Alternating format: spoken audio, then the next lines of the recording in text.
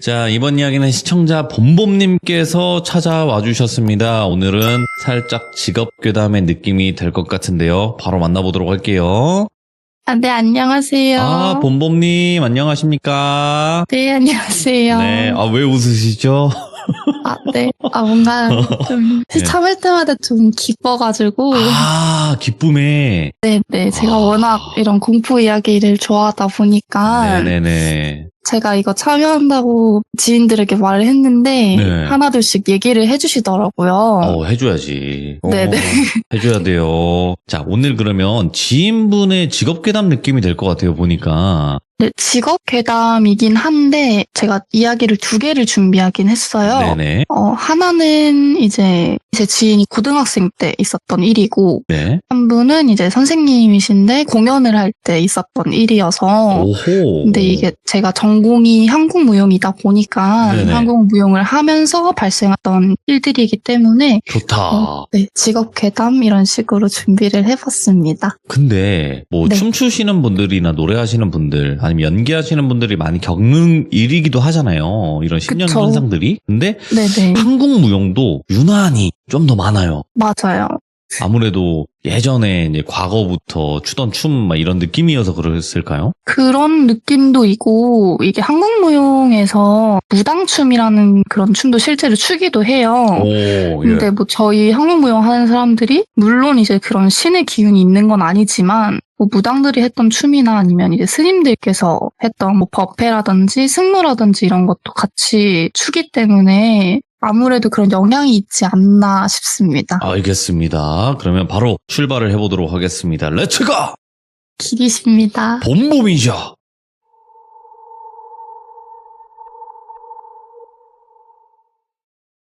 이 이야기는 현실 공포로 제 지인이 고등학생 입시 시절에 겪었던 이야기예요. 오, 예. 이때 이야기를 잠시 하자면 지인도 한국무용 전공이었고 저보다는 몇 살 많은 언니 이야기인데 이 언니를 돌순이라고 칭하겠습니다. 이 돌순이는 사건을 겪었던 당시에 고3 입시 지옥을 경험하고 있는 수험생이었어요. 근데 저희 예체능은 수능을 보기보다는 수시로 입시를 많이 치르곤 했는데 네. 무용 전공생의 입시 시절을 설명드리자면 3학년이 시작이 되고 4월부터 6월까지는 콩쿨 시즌, 늦으면 8월까지도 진행이 되기도 하고요. 그리고 콩쿨이 끝남과 동시에 수시 시즌이 시작이 되고 있어요. 그래서 이 돌순이는 지옥의 콩쿨 입시 시즌에 귀신을 봤다면서 저에게 얘기를 전달을 해주었는데 원래 이 돌순이는 귀신을 느끼거나 보거나 하는 친구는 전혀 아니었고 이 사건이 있던 이후에도 전혀 못 봤다고 해요. 이 사건에서만 딱 본 친구였어요. 그래서 이 돌순이가 6월 말쯤에 뭐 대학 콩쿨에 참가를 하기 위해서 연습을 하러 저녁부터 새벽까지 서울의 개인 연습실을 빌려놨었어요. 그 연습실은 지하 1층과 지상 5층, 총 6층짜리 건물이었고 연습실은 지하 1층에 위치를 해 있었습니다. 근데 건물 입구에서 계단을 내려가면 오른쪽에 도어락이 달린 연습실 현관문이 바로 있었고 그 지하 1층 전체가 그 연습실인 거예요. 그리고 그 현관문의 비밀번호를 치고 들어가면 바로 오른쪽에 화장실 문, 그 옆에는 탈의실이 있었고 그 외의 공간은 다 무용 연습실이 있는 40평대 넓은 공간이었어요. 근데 돌순이는 혼자 연습하는 시간이 많았기 때문에 연습실을 대여를 할 때 리뷰와 평점 그리고 연습실 사진 그런 거를 자세히 보고 대여를 했었어요.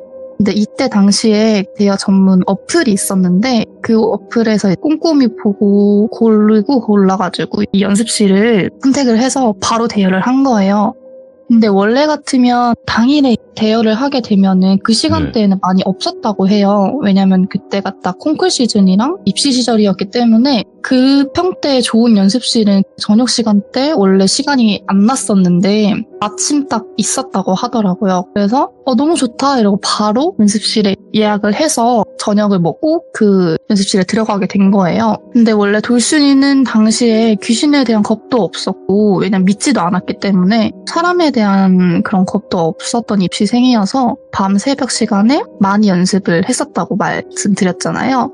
그래서 여느 때처럼 혼자 미친 듯이 연습을 하고 있었대요. 근데 이때 분명히 닫아놨던 화장실 문이 열려있는 거를 보게 되는 거예요. 오. 그래서 자기가 잘못 열어놨나 보다 아니면 바람 때문에 열렸나 보다 하고 별 신경 안 쓰면서 다시 연습에 집중을 합니다. 근데 저희가 거울을 보면서 동작을 보면서 음악을 틀어놓고 춤을 추잖아요. 근데 갑자기 거울에 화장실이 비쳐서 딱 봤는데 불이 그때 딱 켜지는 거예요, 화장실이. 그래서 놀래가지고 화장실 불이 켜지니까 연습과 음악을 멈추고 화장실로 가게 되는 거죠. 이게 화장실 문이 열리는 거는 그럴 수 있다 치는데 불이 켜지니까. 그래서 뭐지? 좀 이상하다 해서 화장실에 가서 불을 이제 다시 끄고 문을 닫았대요.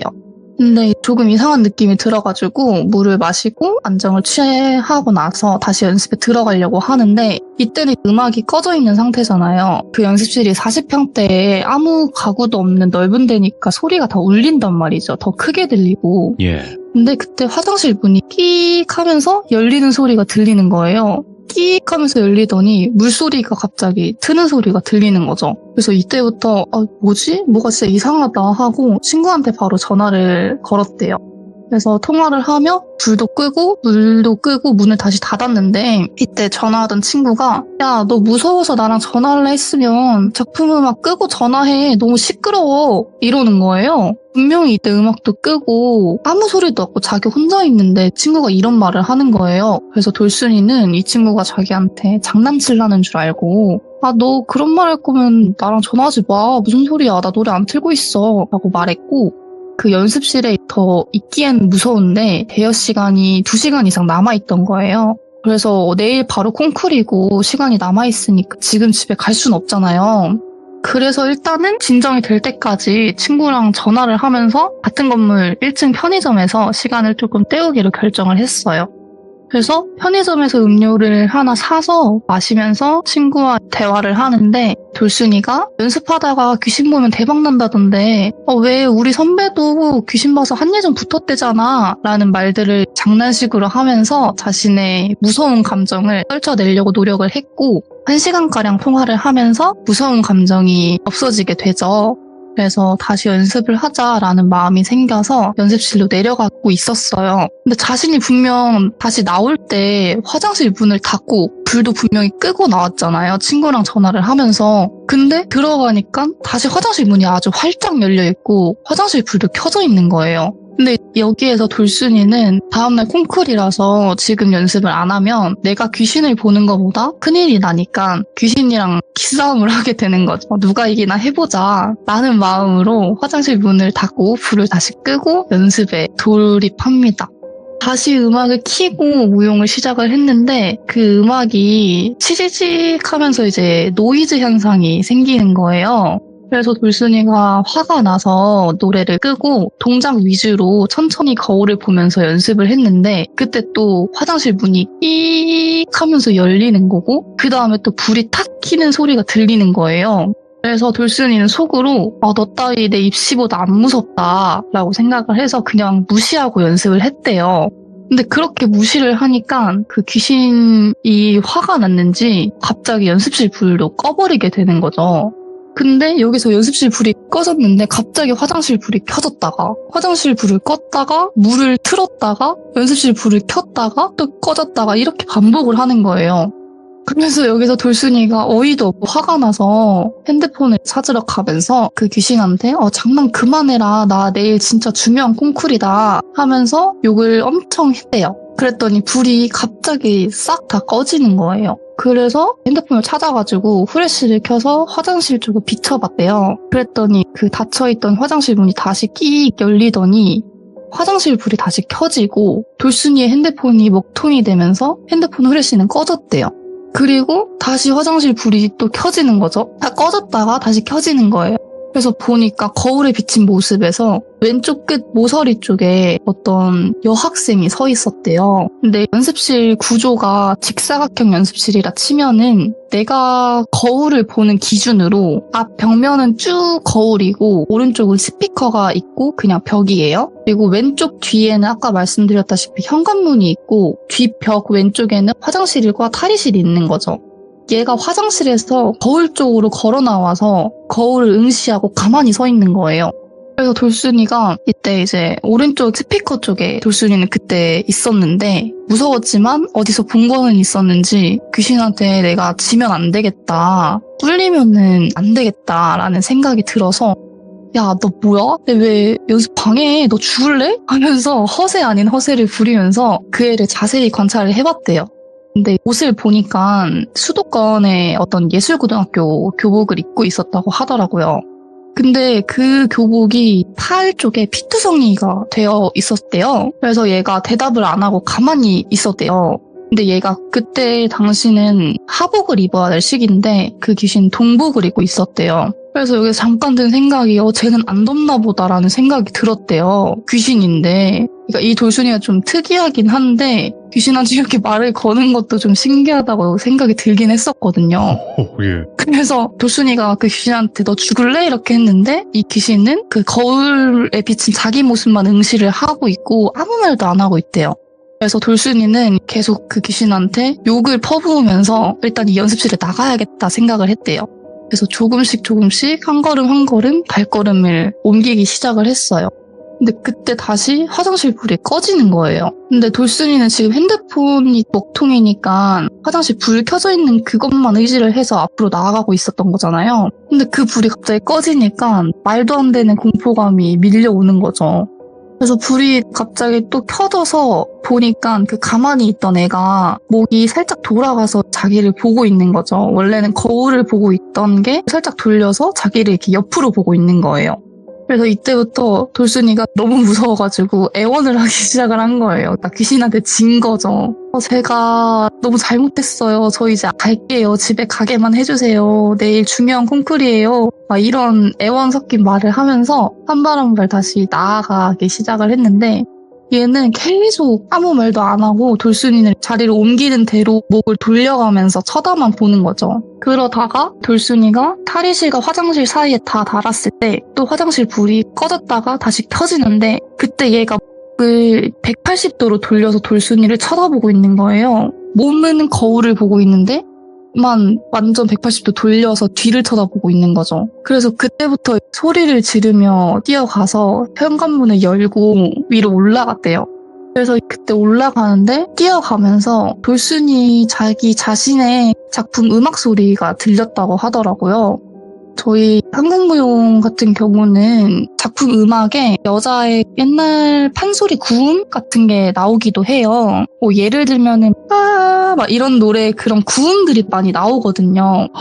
근데 그것만 따라했대요. 그 귀신이 계속. 근데 이게 현관문에 박차고 나간 거니까 현관문이 닫히지가 않고 열려 있는데 그 소리만 계속 따라했대요. 그 귀신이. 그래서 너무 무서워서 엄마한테 바로 전화를 걸었대요. 엄마 나 이런 일이 있는데 좀 데리러 와줘 라고 해서 1층 편의점에서 기다렸다가 엄마랑 같이 돌아가게 되었죠.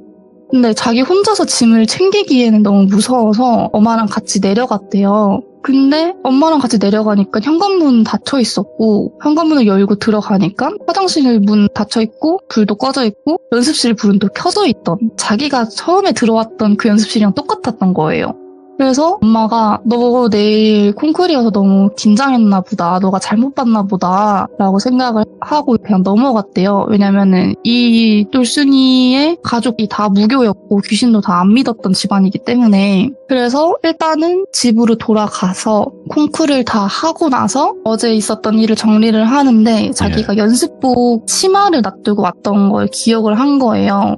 근데 그때 당시에 연습복 치마가 그 입시생 전용 치마였기 때문에 가격도 좀 나갔었던 거니까 어쨌든 그걸 찾으러 다시 혼자 그 연습실에 들리게 되었죠. 근데 그때도 콩쿨이 끝나고 뒷정리하고 났을 때니까 저녁에서 밤 넘어가는 시간이었대요. 그래서 연습실 사장님께 전화를 해서 저 연습실에 뭐 좀 놔두고 와서 좀 잠시 들어가겠다 라고 하고 비밀번호를 치고 현관문을 열고 연습복을 찾아서 가방에 넣었는데 그때 또 다시 연습실 불이 꺼진 거예요.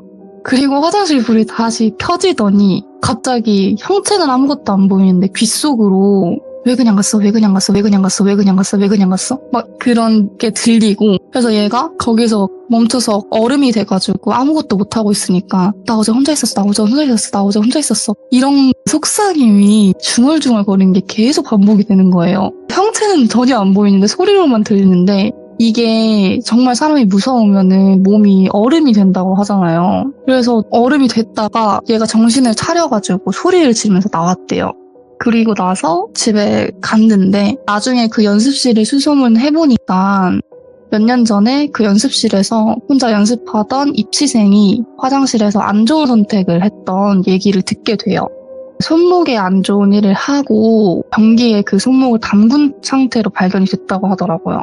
근데 조금만 더 빨리 발견을 했으면 살 수도 있었는데 너무 늦게 발견이 됐다고 해요. 그래서 돌순이는 자신과 같은 입시생이었을 텐데 어떤 이유 때문에 그렇게 안 좋은 선택을 했을까 안타깝다라고 말을 했고 그 친구가 얼마나 외로웠으면 자신한테 그렇게 했을까라고 말끝을 흐렸고요. 지금 그 연습실은 없어진 상태고 그 연습실 자리에 어떤 바가 생겼다고 해요. 와인 그런 거 마실 수 있는 간단한 바가 생겼다고 하더라고요.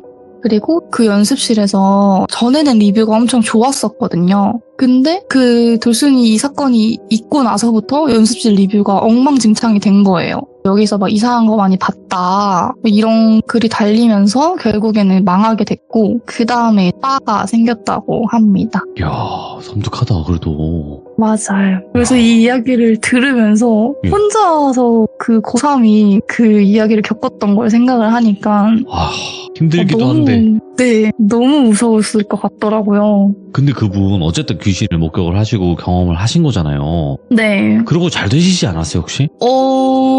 한예종까지는 못 갔는데 그래도 대학을 잘 가긴 했어요. 그죠. 어쨌든 잘 그리고 가신 거니까. 그 다음날에 콩쿨에서 1등을 했다고 하더라고요. 괜히 나온 게 아니구만. 그래서 좀 그런 게 진짜 있나 보다. 왜 귀신을 보면은 대박 난다고 하잖아요. 맞아요. 그런 경우들이 있어요. 특히나 예술 쪽에선. 맞아요. 그래서 일부러 좀 나와라 하는 사람들도 있다고 하는데. 근데 저는 안 나왔으면 좋겠는데 그런 일들이 되게 많더라고요. 이 돌순이도 말하기로는 어떤 선배가 연습하다 귀신 봐서 한예종 갔대 막 이런 얘기를 했다 했잖아요. 네. 그런 것처럼 진짜 뭔가 좀 성공하고 그런 게 있는 것 같아요.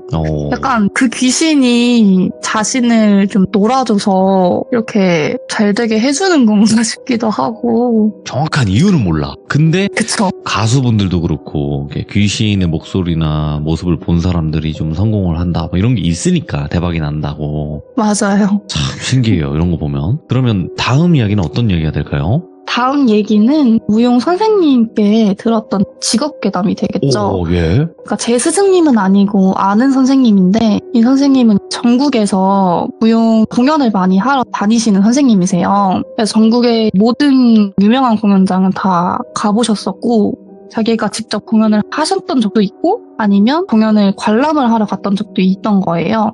근데 저희가 공연장이나 무대를 가면은 유독 음산하거나 기분이 썩 좋지 않은 무대들이 있어요.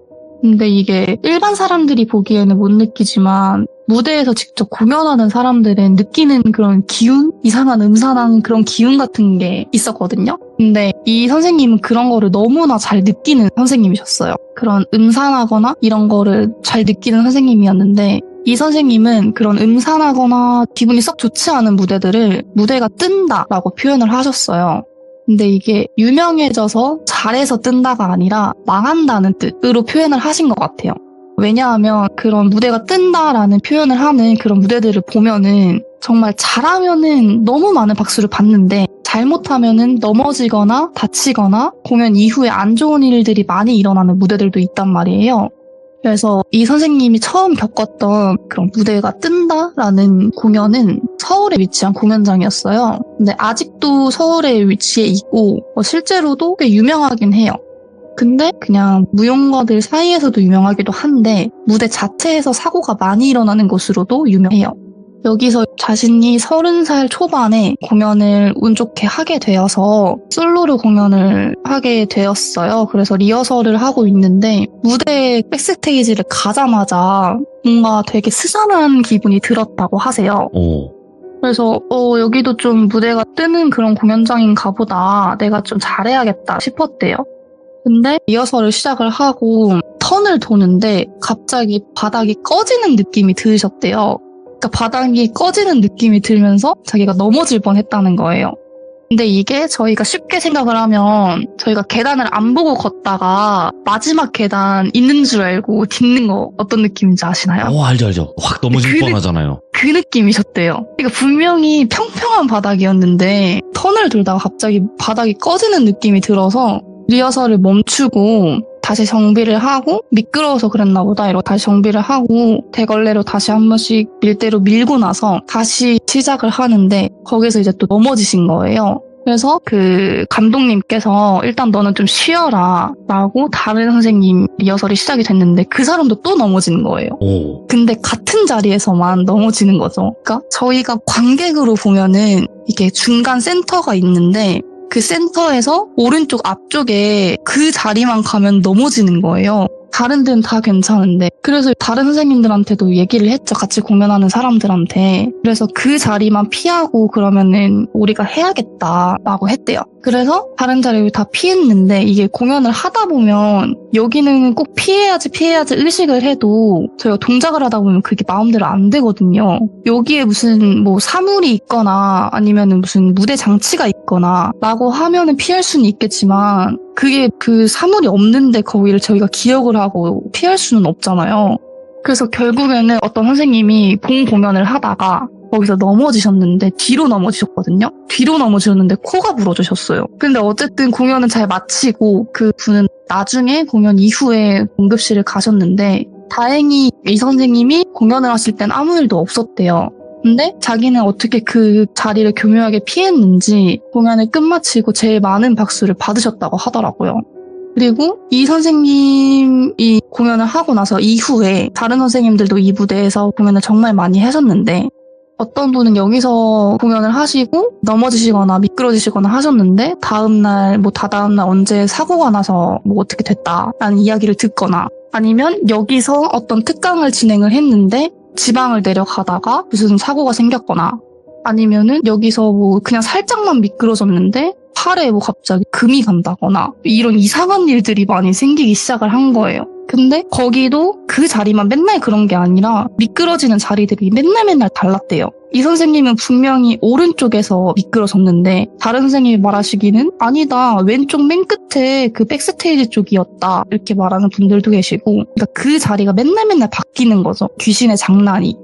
근데 거기서 정말 잘만 하면은 박수를 많이 받는 그런 공연장이었대요. 근데 이런 곳이 전국에 몇 개가 있다고 하더라고요. 근데 그런 곳은 굉장히 규모가 있는 공연장인데 이게 규모가 있다 보니까 아무리 그런 괴담이 돌아도 이게 마음대로 그 공연장을 안 쓸 수가 없잖아요. 지자체에서도. 왜냐면 규모가 있고 거기 공연할 그런 큰 무대들이 별로 없으니까 전국에. 그래서 그런 괴담이 돌아도 너네들 알아서 해라라는 식으로 그냥 넘어간다고 하더라고요. 근데 원래 무대에서 그런 일들이 있으면 뭐 고사를 지낸다고 한다던가 아니면 귀신을 달랜다던가 이런 일들이 있어야 되는데 그런 조치를 별로 안 취해주신다고 해요. 그래서 이 무대의 기에 눌려서 정말 안 좋게 되신 분들도 많은데 그 무대의 기를 이기면 더 성공을 하는 그런 저한테 교훈을 남겨주셨죠. 그래서 시험인 것 같아. 그래서 봄봄 너도 무대의 기를 너가 눌러라. 거기에 만약에 그 무대 터에 귀신이 있든 없든 너가 귀신을 믿든 말든 상관은 없는데 어쨌든 그 땅마다 터마다 기운이 있으니까 기운을 너가 너 기로 눌러야 된다. 그래야 성공을 한다라고 교훈을 남겨주셨습니다. 확실히 아무나 하는 게 아니에요. 그쵸. 아무나 하는 건 아니라고 생각을 특히나 합니다. 이런 뭐 예술 쪽 춤이든 뭐 방송이든 어떤 것도 호락호락하지가 않잖아요. 기가. 그쵸. 살아남기가 힘든 또 분야기도 한데 오늘 봄봄님 덕분에 또 이런 이야기도 듣네요. 이런 쪽 뭔가 무용 쪽도 사실상 몇 번 있었지만 듣기가 쉽지는 않았거든요. 그쵸. 아무래도 하는 사람이 많이 없다 보니까. 네네. 하지만 그리고 봄봄님께서 들려주시니까 더 생동감 있게 잘 들었던 것 같습니다. 저희가. 감사합니다. 네. 그리고 앞으로도 봄봄님께서 들려주시는 무서운 이야기들 또 많이 기대하고 있으니까 언제든지 편하게 찾아오시기 바래요. 네. 감사합니다. 네. 고맙습니다. 봄봄님 감사합니다. 네. 네. 예술 쪽에 관련된 이런 무서운 이야기들도 간간히 시들모에 나오긴 하지만 또 봄봄님만의 또 봄봄님 지인들의 또 섬뜩한 이야기들을 들어볼 수 있는 기회라서 더 좋았던 것 같습니다. 혹시라도 뭐 예술 쪽이나 예체능 계통 쪽에서 뭔가를 하셨던 분들 중에서 분명히 이런 이야기들 주변에 물어보면 진짜 많을 거예요. 꼭 들려주시길 바라겠습니다. 감사합니다.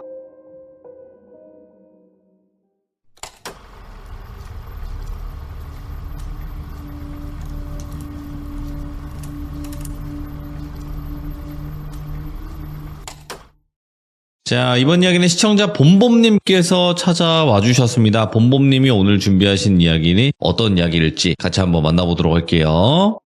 네, 여보세요. 봄봄님. 네, 안녕하세요. 네. 자, 오늘 봄봄님께서 또 자리를 해주셨는데 오늘 해주실 이야기에 그 키워드가 있을까요? 키워드를 말씀을 드리기에는 저도 아직은 이 얘기가 어떤 이야기인지 정확히 모르겠어서 오호, 예? 먼저 이제 돌비님과 시청자분들께 질문을 한번 던져드리고 싶어요. 못 맞추면 때리나요? 아니요, 그거는 아닌데.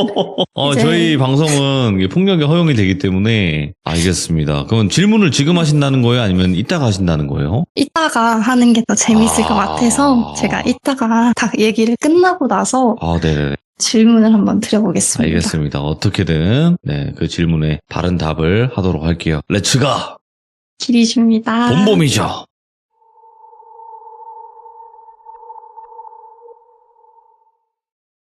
제가 오늘 드릴 이야기는 네. 제가 아는 지인의 이야기인데요.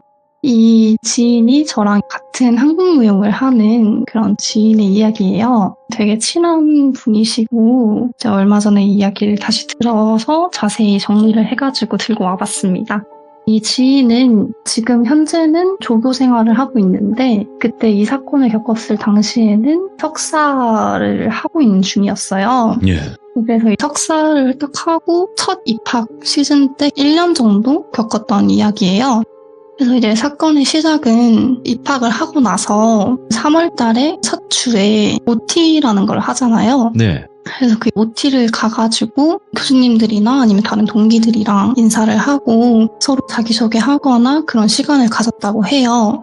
근데 여기서 사건의 주인공인 사람을 돌비라고 칭을 할게요. 이 돌비랑도 얘기를 잘 하고 처음 보는 친구니까 같은 동기고 동갑이니까 엄청 친하게 지내려고 자기가 먼저 다가가서 번호 교환도 하고 서로 대화를 많이 하던 그런 동기 돌비가 있었는데 네. 첫째 주에는 OT를 다 마치고 나서 얘는 되게 괜찮은 친구다라고 생각을 하고 다음 주에 이 친구랑 뭐 밥도 같이 먹고 카페도 가야겠다 이런 생각을 했다고 해요.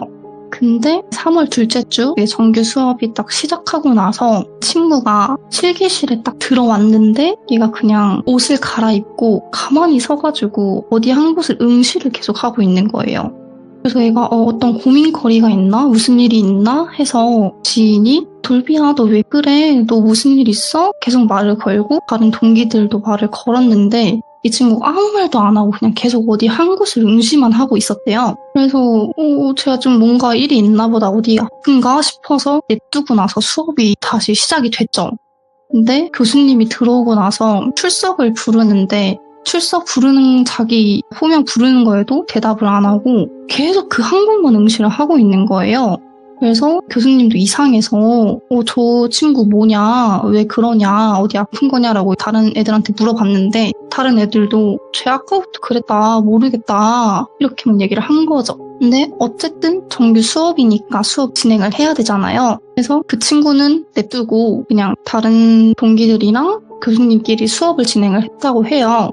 근데 수업이 2시간인데 2시간 내내 가만히 서가지고 한 곳만 응시를 하고 있는 거였죠. 근데 이게 솔직히 일반 사람들이 2시간 내내 서가지고 한 곳만 응시를 하고 있다는 게 좀 어렵잖아요. 그래서 첫째 날은 그냥 그런가 보다라고 넘어갔대요. 그리고 다음 날에는 이론 수업이었는데 이론 수업에 또 와가지고 책상에 가만히 앉아 있었대요, 돌비가. 근데 지인이 돌비야 왔어? 너 어제는 왜 그랬어? 어디 아팠어? 라고 물어봤는데 돌비가 거기에도 아무 대답도 안 하고 그냥 그 앞에 스크린만 계속 쳐다보고 있는 거예요. 그래서 얘 좀 이상하다라고 생각을 했고 다른 동기들도 마찬가지로 돌비가 조금 정신적으로 조금 아픈 사람인가 싶었대요. 그래서 그냥 넘어가고 쟤를 그냥 멀리 해야겠다, 그냥 무시를 해야겠다라고 생각을 했대요. 그리고 교수님들이 출석을 불렀는데도 출석에 대답도 안 하고 그 한 주가 다 지나가게 된단 말이에요. 예?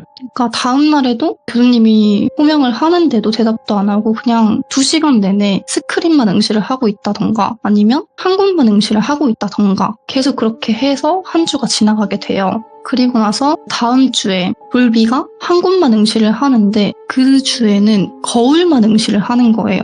원래는 무용실에 구석에만 응시를 했다면 지금은 거울만 응시를 하는 거예요. 그러니까 자기 모습을 거울에 비친 내 눈동자의 모습을 보고 그것만 계속 응시를 하고 있는 거죠. 한쪽 구석에서. 그래서 저번 주에도 내가 이랬으니까 교수님도 화가 나는 거죠. 왜냐면은 이 돌비 때문에 정규 수업이 방해를 받는 거잖아요. 어쨌든 이 돌비가 한 구석에만 그러고 있다고 해도 자기는 계속 신경 쓰이고 동기들도 같이 수업 받는 사람들도 신경 쓰이니까 방해를 받아서 그때 조교실에 연락을 하게 되죠.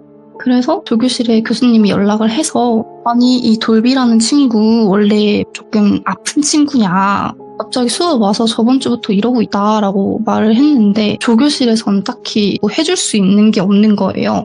왜냐면은 이 돌비가 수업에 엄청나게 피해를 했다던가 위해를 가했다던가 그런 게 없으니까 학교 측에서도 이 학생을 그냥 내쫓을 수가 없는 거예요. 그래서 교수님이 알겠다, 그러면 그냥 냅두고 우리끼리 수업을 진행하겠다 라고 해서 셋째 주의 실기 수업은 그대로 진행이 되고 남은 2가지 이론 수업들도 그렇게 비슷한 사건으로 수업을 계속 진행을 하게 되는 거예요.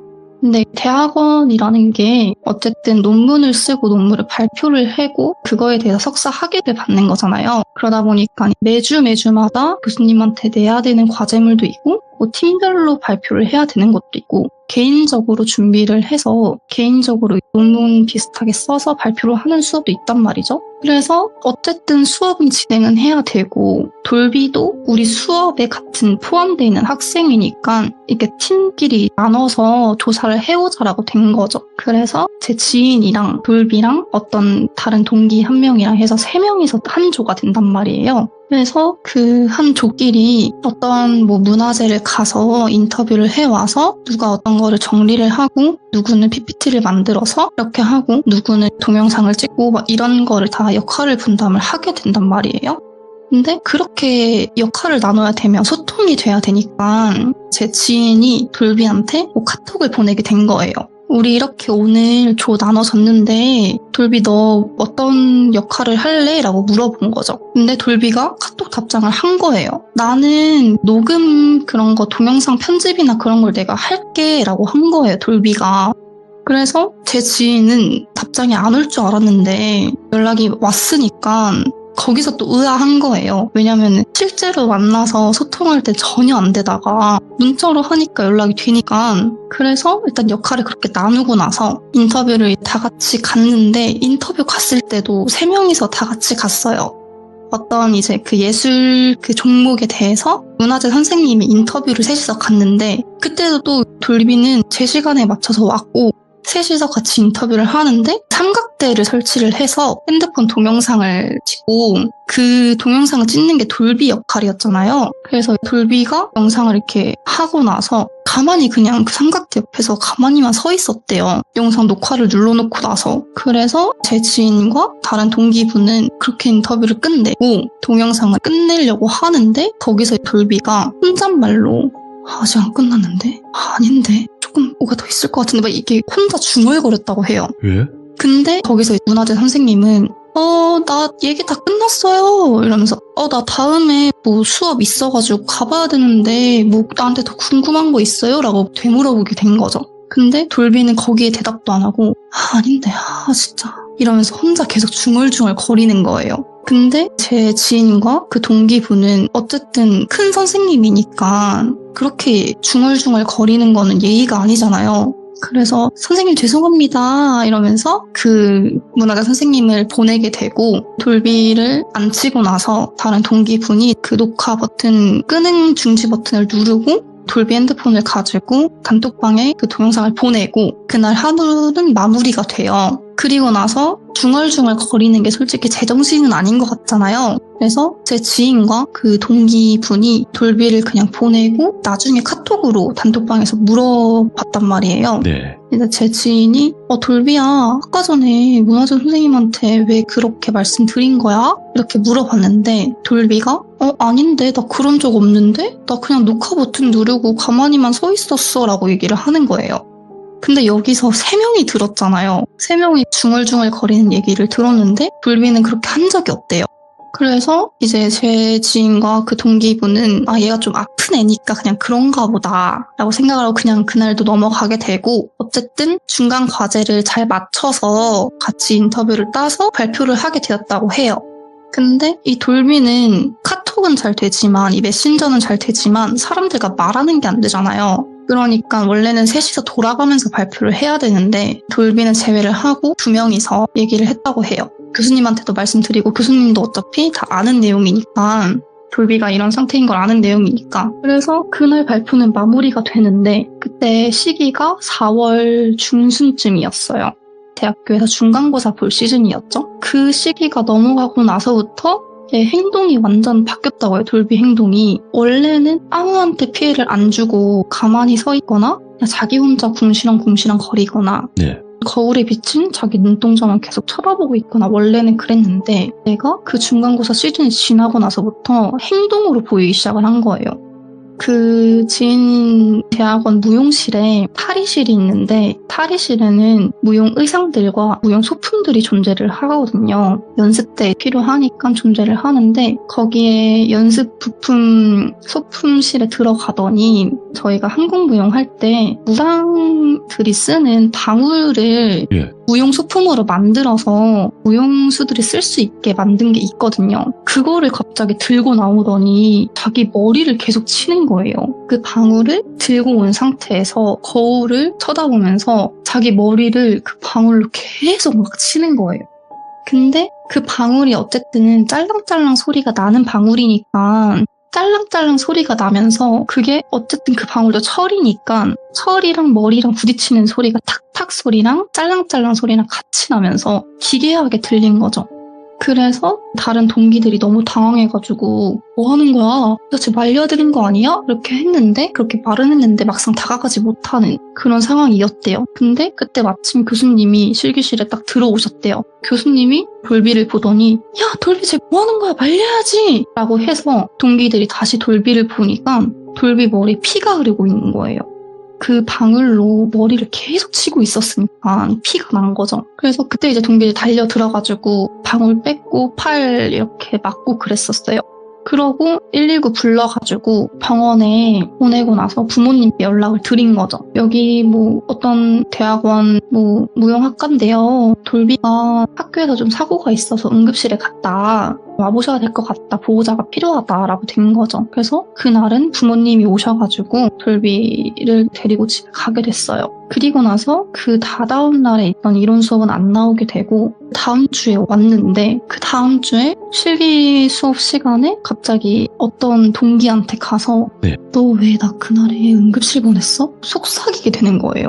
갑자기 무용을 하고 있는데 수업 중에 와가지고 야, 너 왜 갑자기 나 응급실 보냈어? 왜 응급실 보낸 거야? 이런 식으로 속삭이게 되는 거예요. 그래서 그 얘기를 들었던 동기분은 너무 당황하잖아요. 그렇죠. 내가 거울을 보고 동작을 하고 있는데, 수업 중에 심지어 교수님이 앞에서 말씀하고 있고 내가 동작을 하고 있는 와중에 돌비가 와서 그러니까 당황하잖아요. 그래서 야, 돌비야 왜 그래? 내가 신고한 거 아니야. 이렇게 말을 한 거예요, 그 동기가. 그래서 교수님이 돌비야 너 뭐 하는 거야? 앉아있어. 너 그렇게 수업 방해하면 안 돼. 너가 지금 아픈 거는 이해를 하지만 이거 정규 수업 시간이라서 이렇게 방해하면 안 되는 거야 라고 해서 돌비가 그때는 또 말을 들었어요. 그래서 돌비가 다시 무용실 한켠에 있는 소파에 앉아 있다가 수업하는 걸 계속 지켜봤다고 해요. 근데 몇 분 있다가 다른 동기한테 가서 야, 나 너 때문에 내 머리에 지금 바늘 자국이 9개나 있어. 이러면서 속삭이게 되는 거예요. 그래서 그 친구가 너무 화가 나가지고 돌비를 밀었대요.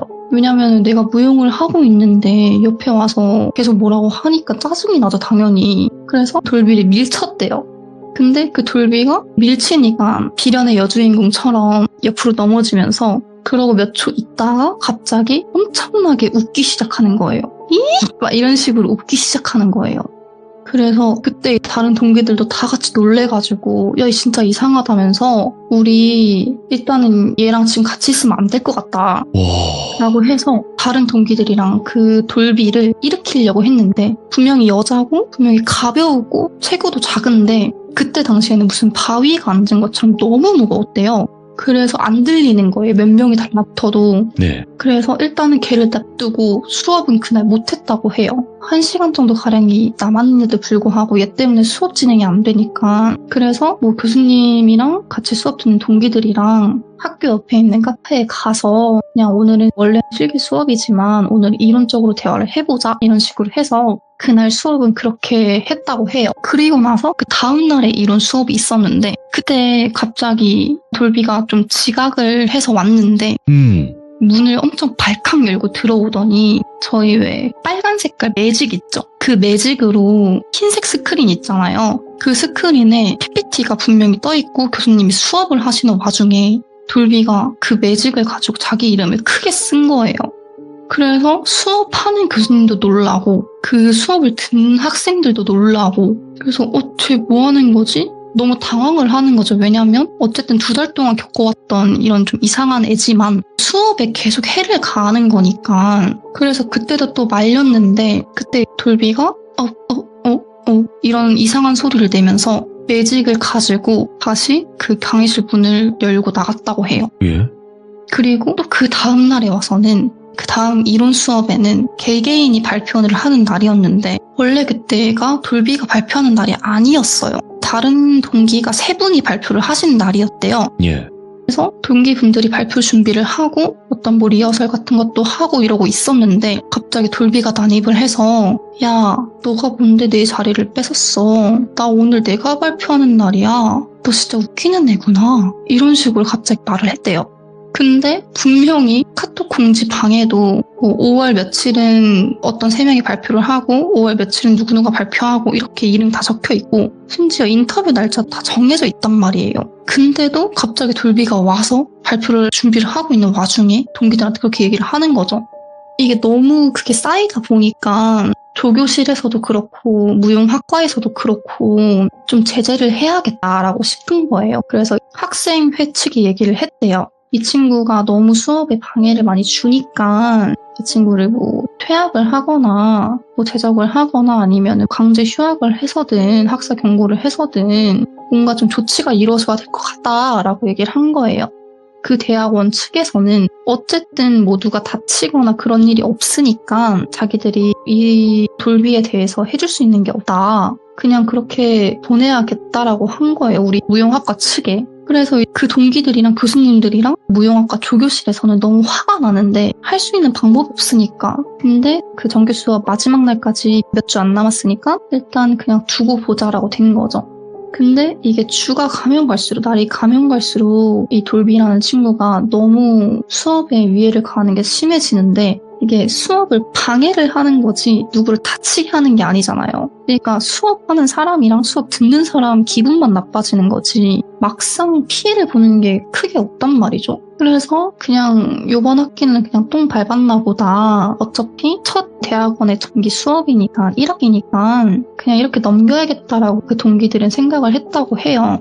그리고 나서 계속 지나오다가 1학기의 마지막 수업에는 그 수업마다 한 학기에 배운 내용을 다 정리를 해서 자기 생각을 가지고 논문 비슷하게 써가지고 발표를 하는 시간이 기말고사로 진행이 됐대요. 그 실기 수업이나 뭐 이론 수업 2개 다 마찬가지로. 그래서 그렇게 또 발표를 준비를 하고 하게 되는데 돌비가 그때는 교수님들한테 다 따로 연락을 해서 교수님 저 돌비입니다. 제가 정신이 온전치 않아서 그때 동안 수업을 제대로 못 들었는데 이번 기말고사는 제가 정말 열심히 해볼게요.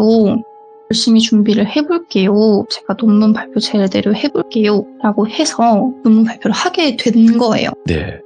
그래서 논문 발표 날이 다가왔는데 돌비가 그 수업에 안 온 거예요. 발표 날 자기 시간이 있었는데 시간에 안 오고 나서 마지막 진짜 수업이 다 끝나고 발표 다 끝나고 와서 교수님한테 뛰어와가지고 그냥 아무 말도 없이 자기가 준비했던 PPT랑 그 스크립트를 그냥 내밀더래요. 네. 아무 말도 없이. 그래서 교수님이 이거 뭐냐? 이거 왜 나한테 주는 거냐? 지금 우리 시간 끝나고 너는 지금 발표를 정규 시간에 안 했으니까 너는 내가 성적을 줄 수 없고 이번 학기 내가 너를 평가를 할 수가 없다. 기간을 정확히 지키고 시간도 정확히 지켜야지 대학원생이 됐으면 이렇게 얘기를 했는데 돌비는 아무 말도 안 하고 그냥 계속 그 PPT랑 그 스크립트 종이 뽑은 거를 그냥 계속 교수님한테 들이미는 거예요. 받아달라고. 근데 거기서 죄송합니다. 제가 뭐 어떻게 됐습니다. 라고 말도 안 하고 그냥 그 스크립트만 계속 넘기는 거죠. 교수님한테. 그러면서 살짝 시비 거는 투로 종이로 교수님 명치를 이렇게 미는 거예요. 계속 받아달라고. 예. 근데 교수님이 너무 어이가 없고 짜증이 나잖아요. 지금 한 학기 동안 얘 때문에 피해본 학생들이 몇 명이고 자기도 수업을 진행이 안 됐는데 그래서 그때 조교 선생님을 호출을 해서 얘 안 될 것 같다. 이거 제대로 학교 측에 말해서 얘 다음 학기 못 다니게 해야 될 것 같다고 경고를 하든 뭐를 하든 해야 될 것 같다 라고 다시 얘기를 하게 된 거예요. 그리고 나서 그 수업들은 다 마무리가 되고 다른 동기분들은 돌비한테 지장 없이 기말 논문을 잘 발표를 했다고 하더라고요. 그리고 나서 여름이 지나고 나서 9월이 왔어요. 예. 근데 9월에는 2학기가 시작이 되잖아요. 근데 2학기 때 그 돌비는 등록을 안 했다고 해요. 어떤 소식도 들을 수가 없고 연락을 해봐도 받지도 않고 카톡은 프사나 뭐 배사 이런 거 아무것도 없이 기본으로만 설정이 돼 있었다고 해요. 그래서 이 친구가 뭐 어떻게 됐나 보다. 치료를 받으러 갔나 보다 하고 생각을 하고 그렇게 학기가 지나고 있었는데 예. 그해 12월 달에 그 학교 정기 공연이 있었대요. 그래서 학부생들이 정기 공연을 준비를 해서 학부생들만 무대를 하는 그런 공연이었어요. 근데 그때 이제 대학원 석사생들이 몇 명 가서 도와줬다고 해요. 그 공연을. 스텝을 하던지 아니면은 교수님들을 이렇게 뭐 케어를 하던지 그런 거를 했다고 해요. 그래서 제 지인이 거기를 가서 스텝을 하고 있는데 예. 그 돌비가 등장을 한 거예요. 몇 개월 만에. 한 4개월 만에 등장을 한 거죠. 학교에. 그래서 돌비야 너 왔어? 좀 괜찮아? 너 몸은 괜찮아? 이렇게 물어봤대요. 제 지인이. 근데 거기에 또 아무 말 대답도 안 하고 그냥 곧장 대기실로만 돌진을 하더래요. 근데 그때 돌비가 왔던 시간이 만약에 공연 정규 시간이 7시라고 하면 돌비는 4시에 온 거예요. 근데 4시 그때가 제 최종 리허설 때였거든요. 무용 공연 같은 거는 리허설을 진행을 하다가 마지막에 드레스 리허설이라는 걸 해요. 옷을 직접 입고 본 공연처럼 하는 리허설을 마지막에 진행을 하거든요. 그때 드레스 리허설 마지막 최종 리허설을 진행 중이었는데 그때 돌비가 와가지고 그냥 대기실로 그냥 곧장 아무 말도 없고 인사도 없이 곧장 돌진을 했다고 해요. 돌진을 해서 거기 그냥 가만히만 앉아 있었대요. 대기실 소파에. 근데 이때 돌비 차림새가 겨울이었으니까 흰색 긴 롱패딩에 꽃다발을 들고 왔더래요. 꽃다발이랑 공연에 필요한 그 팜플렛 있잖아요. 이게 어떤 공연이고 누구누구 나오고 그 설명하는 그 팜플렛이 있는데 그거를 들고 그 소파에 가만히만 앉아 있는 거죠. 그래서 쟤 원래 저런 애니까 그냥 냅둬야겠다 생각을 했대요. 교수님도 그렇고 석사생들도 그렇고. 네. 근데 학부생들은 이 돌비를 모르잖아요. 이 돌비를 모르는 상태에서 저 사람 뭐지? 라고 된 거예요. 왜냐면 이 돌비가 학부생들 그 무대 의상을 입고 있는 학부생들을 진짜 너무 뚫어지게 쳐다봤대요. 진짜 사람 하나 죽일 눈빛으로 쳐다봤대요. 그러니까 학부생 그 어린 애들이 20살, 21살, 22살 애들이 얼마나 무서웠겠어요. 처음 보는 사람이 와가지고 그러고 있는데 근데 학사생들이 학부생들을 좀 진정을 시켰죠. 이 돌비라는 친구인데 이 친구가 올해 3월 달에 입학을 했다, 대학원에. 근데 조금 정신적으로 아픈 친구여서 공연을 보고 싶으니까 그냥 온 것 같다. 너네들이 이해를 해라라고 진정을 시킨 거죠. 그리고 드레스 리허설이 끝나고 저녁 먹을 시간이 됐어요. 드레스 리허설이 5시 반 정도에 끝나고 그 다음에 1시간 정도 밥 먹을 시간이 주어지고 나머지 30분은 준비하는 시간이란 말이죠. 저녁을 먹으러 가야 되는데 그날에 공연장 앞에 있던 어떤 식당에서 다 같이 식권을 줘가지고 거기서 먹기로 했는데 이 돌비도 그 식당에 따라가는 거예요. 근데 분명히 식권은 그날 스태프들이랑 공연하는 사람들, 무대 감독님, 조명 감독님 다 술을 맞춰가지고 식권을 제공한 건데 돌비는 그 식권이 없잖아요. 근데 밥을 먹겠다고 따라온 거예요. 말도 안 하고. 그래서 교수님은 내가 그냥 배가 고픈가 보다 라고 해서 얼마 안 했지만 자기 사비로 카드로 긁어줬대요. 돌비의 저녁 식사를. 근데 얘가 무슨 걸신 들린 것 마냥 엄청 먹더래요. 음식이 나오자마자 밑반찬이랑 식사랑 해가지고 엄청 우걱우걱 먹었대요, 밥을. 그러고 나서 공연장에 다시 들어가고 다른 공연하는 친구들은 다시 분장 수정하고 옷 입고 하고 석사생들, 스태프들은 다시 이제 공연장 마무리하고 있었어요.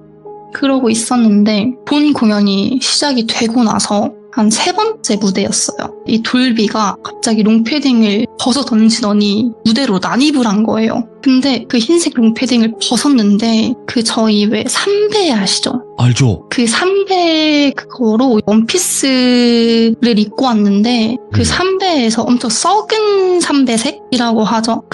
왜 저희 가을에 낙엽 질 때 엄청 아이보리색도 아니고 갈색도 아닌 그 중간의 색 있잖아요. 그런 색 비슷하게 입고 온 거예요. 얘가 원피스를 길게. 그리고 무대를 난입을 해서 음악이 나오는데 거기서 미친 듯이 뛰면서 춤을 추더래요. 근데 거기서 3번째 무대니까 애들이 춤을 추고 있었죠. 학사 애들이 춤을 추고 있었는데 갑자기 백스테이지에서 나오더니 춤을 추니까 애들이 얼마나 당황을 해요. 예. 자기들은 여기 동선으로 움직여야 되는데 돌비가 거기서 뛰면서 춤을 추고 있으니까 못 가는 거죠, 거기를. 그래서 결국에는 이제 조명이 꺼지고 나서 사회자가 나와서 잠시 공연에 혼선이 있었습니다 하면서 사회자 급 마무리를 하게 되고 조명이 꺼지고 살짝 미등이 켜지면서 석사생 그 스태프들이 돌비를 끌어내리려고 하는데 얘가 딱 잡았는데 몸에서 부르르르르르 떨리는 그런 느낌 있잖아요. 누가 약간 전기 충격한 것 마냥 돌비 몸을 딱 잡았는데 부르르르 떨리는 거예요.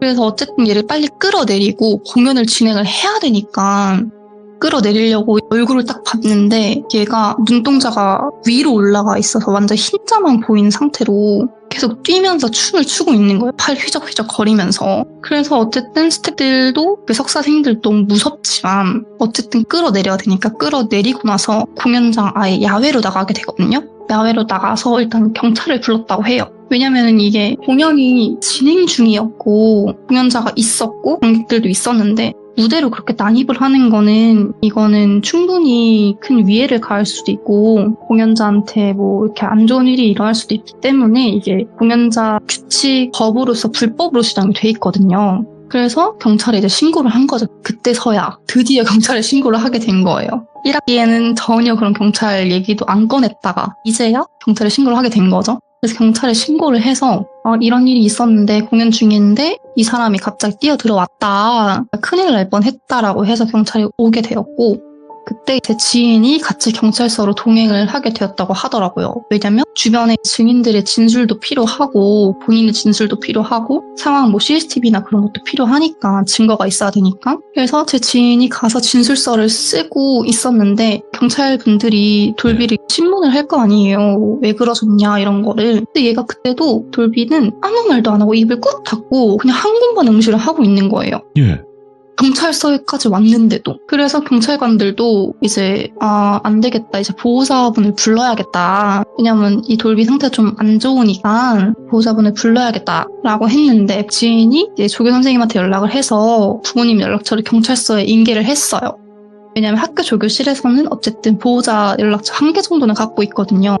그래서 인계를 해서 부모님한테 연락을 했는데 그때 부모님이 나 바쁜데요. 제가 내일 가야 될 것 같은데요. 오늘 못 가요 라고 한 거래요. 근데 이제 돌비는 어쨌든 지금 조사를 하고 이 돌비가 뭐 깜빵을 갈 정도까지는 아니니까 오늘 진술을 하고 뭐 어떻게 법적인 그런 거를 물어서 해야 되는데 이 부모님이 나 몰라라 하는 거예요. 그래서 어쨌든 참고인들은 다 진술서 쓰고 공연장에 들어가서 마무리를 해야 되니까 제 지인과 어떤 선생님은 그 공연장으로 다시 돌아가게 된 거죠. 그리고 나서 이 다음 날에 돌비 부모님이 어떻게 오셨나 봐요. 보호자 신분으로. 그렇게 해서 돌비는 결국 벌금을 어느 정도 물게 되었고 그리고 이제 그 12월 달이니까 그 학사 선생님들도 다 수업이 끝나고 그 학사 애들도 수업이 다 끝났겠죠. 공연이 끝났으니까. 그리고 나서 1월, 2월이 지나고 3월 달에 다시 등록을 해야 되잖아요. 근데 이때도 돌비가 안 보이더래요. 근데 제 지인은 얘가 이렇게 등록을 안 하다가 갑자기 와가지고 난장판을 쳤는데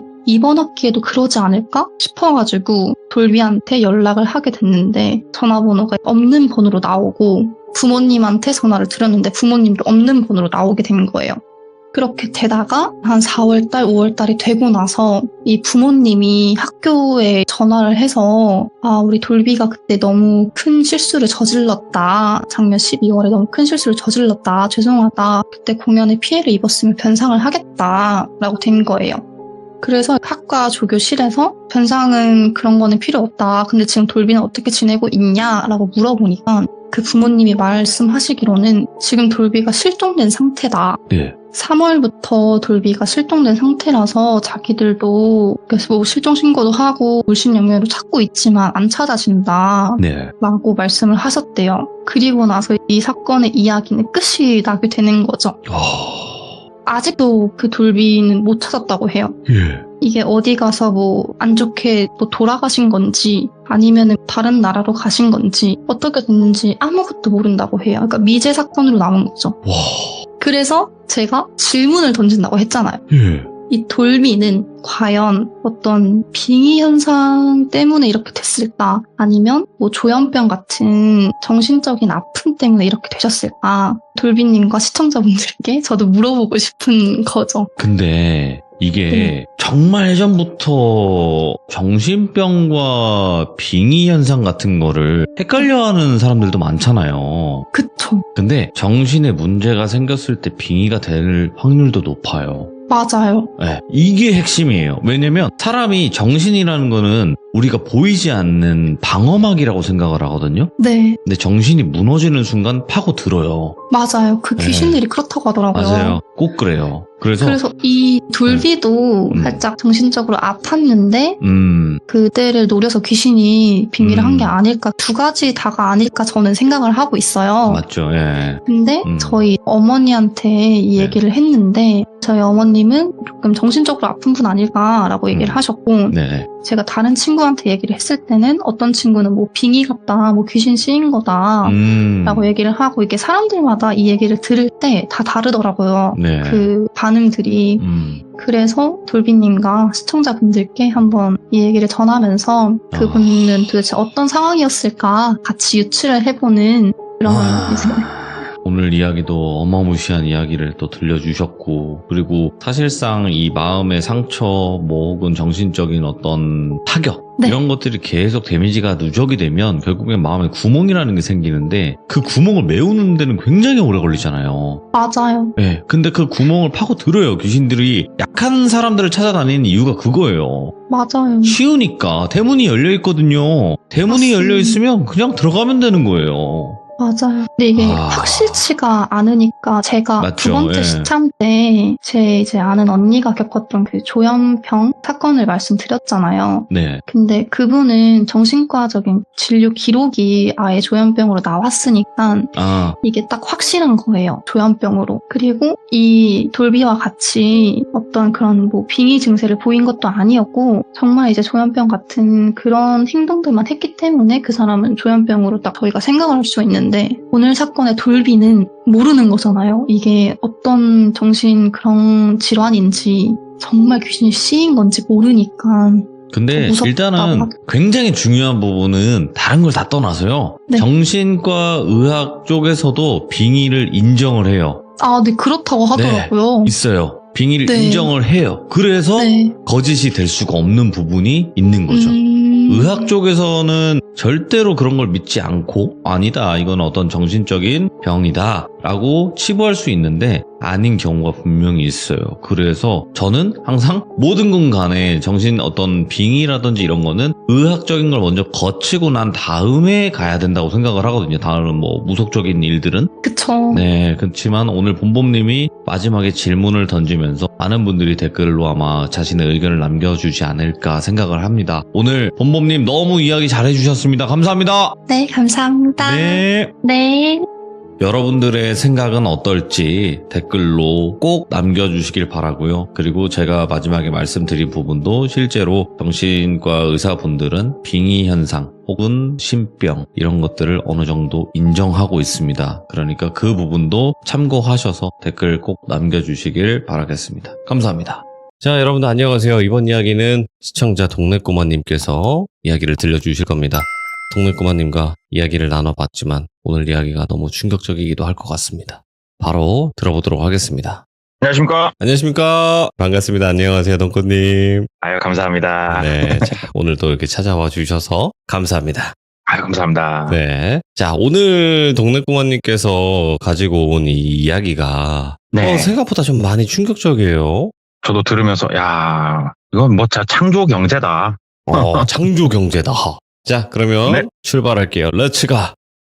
길이십니다. 동네꼬마예요.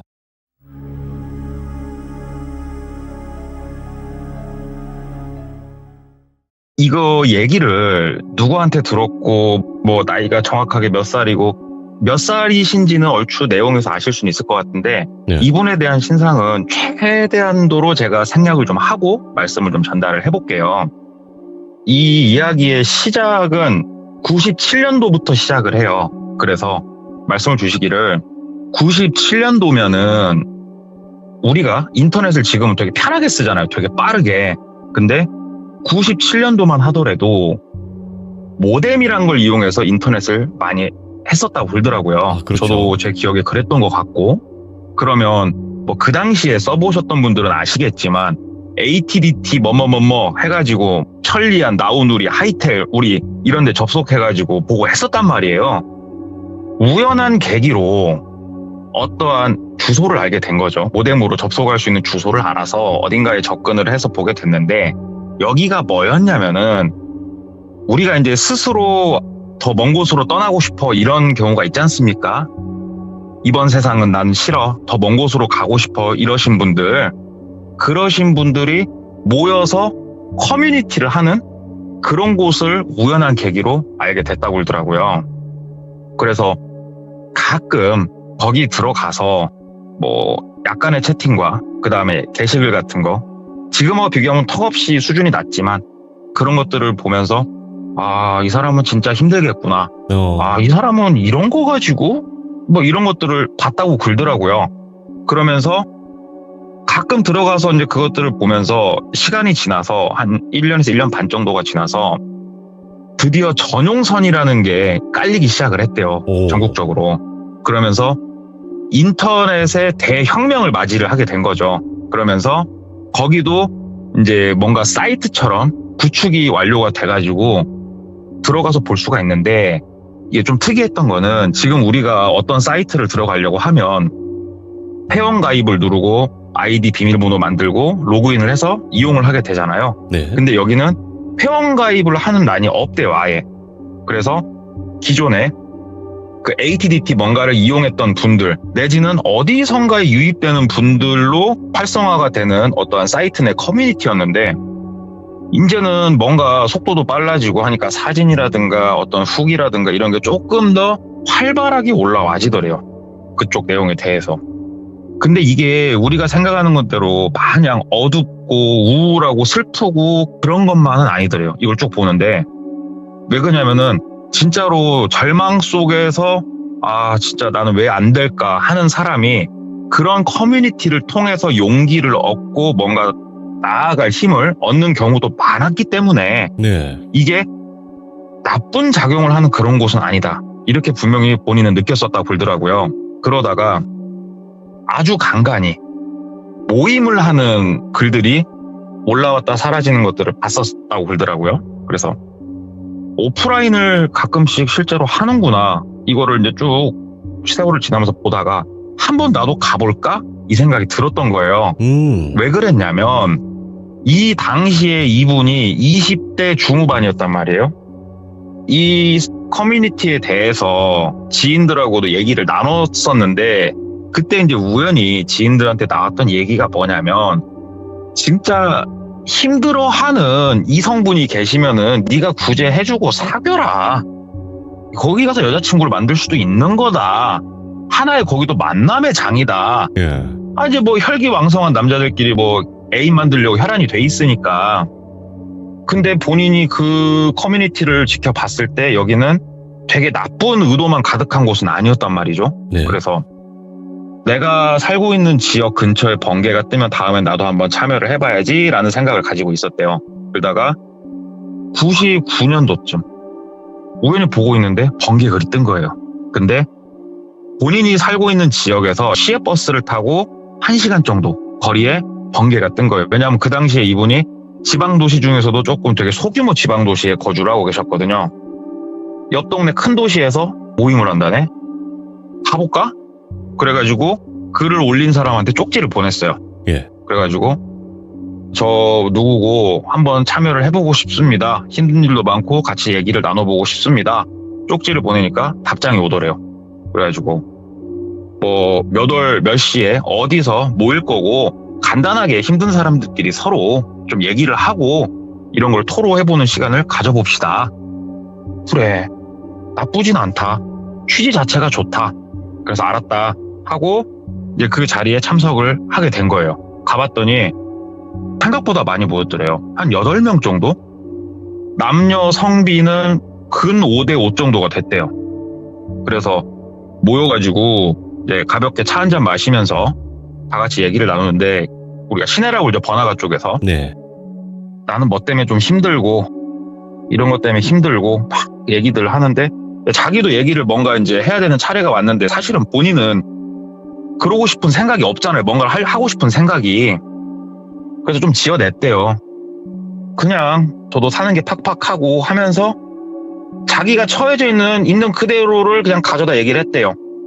어머니는 워낙 어릴 적에 돌아가셔가지고 제가 제대로 얼굴 뵌 적도 없고 아버지는 조금 사고를 많이 치셔가지고 학교에 들어가서 큰 가르침을 받고 있다. 그래가지고 지금은 큰아버지 집에 조금 얹혀서 살고 있고 그러다 보니까 좀 인생이 빡세고 힘들고 재미가 없다. 이렇게 얘기를 하면서 본인은 슬렁슬렁 그냥 넘겼다고 그러더라고요. 그냥 그 자리는 되게 화기애애했대요. 화기애애하고 서로 얘기도 나누고 하는데 아니 이 사람들이 진짜 이렇게 힘들어가지고 다음을 기약하는 사람들이 맞나? 생각이 들 정도로 겉만 봐서는 화기애애한데 그래 이 첫 만남 자리에서 뭔가 속에 있는 얘기를 다 꺼내기는 어렵겠지. 아무리 이런 모임이더라도 이해한다. 그러면서 내심 속으로 저 맞은편 두 번째 앉으신 분은 괜찮다, 이쁘다. 뭐 이런 생각을 좀 하고 있는데 가볍게 다과 시간이 끝나고 카페 같은 데서 헤어지는 타이밍인데 거기서 몇 명이 이제 서로 얘기를 하더래요. 저녁에 같이 밥이나 같이 먹고 갑시다 이런 얘기들 하더래요. 그래가지고 거기에 본인도 묻어가지고 그 오른쪽 두 번째 앉은 분하고 이제 한 무리 해가지고 4명 정도 저녁에 밥도 먹고 술도 먹고 얘기를 하는데 저녁에 밥 먹고 술이 좀 들어가니까 조금 더 깊이 있는 내용들이 나오기 시작을 하더래요. 뭐 자세한 내용은 얘기 안 할게요. 워낙 눈썹이 찌푸러지는 얘기들이니까 이 여성분은 이런 것 때문에 진짜 힘들었겠구나. 네. 이 남자애는 그래 너도 다음을 기약하고 싶겠다. 막 이런 생각들이 들더래요. 근데 이 모임 자체가 그때까지만 하더라도 진짜로 되게 좋은 기능이 많은 그런 모임이라고 많이 느꼈다고 그러더라고요. 네. 그래서 이 얘기의 주인공은 똘비라고 하면 똘비 본인도 사실 사람이 살면서 마냥 좋게 살 수는 없잖아요. 그러니까는 힘들었던 부분들을 토로를 하고 진짜 밑바닥에 있는 내용도 같이 토로를 하고 그거를 또 들어주고 공감을 하고 괜찮더래요. 거기서 모임을 좀 가지고 집에 와서 생각을 하는데 뭐 나쁘지 않았다. 그분 연락처도 받았고 하니까 연락이나 하면서 한번 사귀고 그분 힘들어하는 거 뭐 내가 조금 끌어안아주고 누이 좋고 매부 좋은 거 아니냐 이렇게 생각을 하면서 문자도 하고 가끔 전화도 하고 이렇게 관계를 조금 만들어 갔다고 그러더라고요. 근데 그런 모임을 몇 번 정도 나갔을 때 번개가 있어서 나가기도 했고 기존에 만났던 사람들끼리 연락을 통해서 만나기도 했는데 연합번개 비슷한 게 열린 거예요. 이쪽 지역 전체를 통틀어서. 그래서 연합번개를 이제 갔는데 연합번개 같은 경우에는 지금으로 따지면은 뭐 세미나실이 있는 카페 이런 거 있잖아요. 그런 데서 뭔가 모임을 가졌는데 사람이 꽤나 모였대요. 한 15명 정도로 기억을 한다고 그러더라고요. 거기에 이제 껴가지고 몇몇은 얼굴을 봤던 사람들이고 몇몇은 좀 아예 처음 본 사람들이고 하는데 보통 이 모임을 주최하는 주최자가 이제 나와서 얘기를 하더래요. 솔직히 여기 서로 아는 사람도 있고 모르는 사람도 있으실 건데 우리가 솔직히 다들 힘들어서 마음적으로, 심적으로, 육체적으로 힘들어서 이 자리에 모여서 다 같이 좀 더 나은 미래를 위해서 모인 거 아니냐. 우리는 돌비 의료재단에 소속된 사람이다. 여러분들이 원하면은 심리치료 같은 거를 병행을 해서 우리가 좀 더 도와줄 수가 있다. 얘기를 하더래요. 그래, 좋다. 좋은 모임이다. 좋은 취지다. 하는데 나 이제 이 모임에서 한번 같이 그쪽 프로그램을 해보고 싶으신 분들 거수 한번 해보시라고 똘비는 할 생각이 없었어요. 근데 평상시 연락하고 지내던 그 여성분이 손을 들더래요. 그리고 사람들이 주섬주섬 손을 꽤나 들더래요. 그래가지고 할까? 말까? 그러고 있는데 그 여성분이 본인을 보면서 끄덕끄덕 하더래요. 그래가지고 똘비도 그냥 손을 들었대요. 나도 할래요? 하고 손 들어가지고 닉네임하고 연락처 같은 거 그다음에 본명도 약간 받아 적고 하면서 저희가 그러면은 따로 좀 연락을 드리겠다고 그러더래요. 그냥. 그래서 알았다. 그러고 있었고 한 일주일 정도 지났을 때 문자가 왔대요. 그래가지고 프로그램 일정이 수립이 됐고 다음 주 무슨 요일 날 이쪽 지역은 어디로 모이시면은 진행을 하겠습니다. 그래가지고 갔대요. 여자친구는 아니지만 묘하게 썸 타는 그분하고 같이 갔대요. 갔더니 그때처럼 비슷한 그 세미나실 비슷한 건데 그때는 조금 개방된 공간에서 모였던 거라면 이번에는 진짜로 조금 폐쇄적인 공간에서 다 같이 모이게 된 거예요. 모인 인원은 한 8명 정도? 그래가지고 이렇게 테이블, 우리 강의실처럼 탁자들이 쭉 있고 거기에 이렇게 앉아 있었더니 이제 와가지고 그때 주최자분께서 또 자기소개도 하고 다시 한번 인사도 하고 강사님도 모시고 그렇게 해가지고 되게 뭐 희한한 것들을 했대요. 거기서 뭐 종이 접기도 했었고 그 다음에 율동 같은 것도 했었고 그리고 이제 각자 테이블에는 이렇게 마실 수 있게 음료도 다 준비가 돼 있었고 그래가지고 율동 시간이 어느 정도 끝나고 덥고 하니까 이제 앉아가지고 좀 쉬고 있는데 이제 다음 강의 시간이었대요. 마지막 프로그램. 내용 자체들이 다 좋았대요. 그래가지고 이제 강의를 들으면서 음료수를 마시면서 강의를 쭉 듣는데 강의에 푹 빠지더래요. 본인이. 푹 빠져서 강의를 쭉 보는데 강의 내용은 뭐 되게 간단했대요. 이렇게 우리가 힘을 내서 살아야 되고 지금 살고 있는 생이 참 좋은 생이고 이런 좋은 얘기들을 이렇게 해주더래요. 근데 묘하게 푹 빠져들더래요. 거기에. 그래가지고 강의만 2시간을 넘게 했는데 쉬는 시간도 없이 번개처럼 시간이 지나가더래요.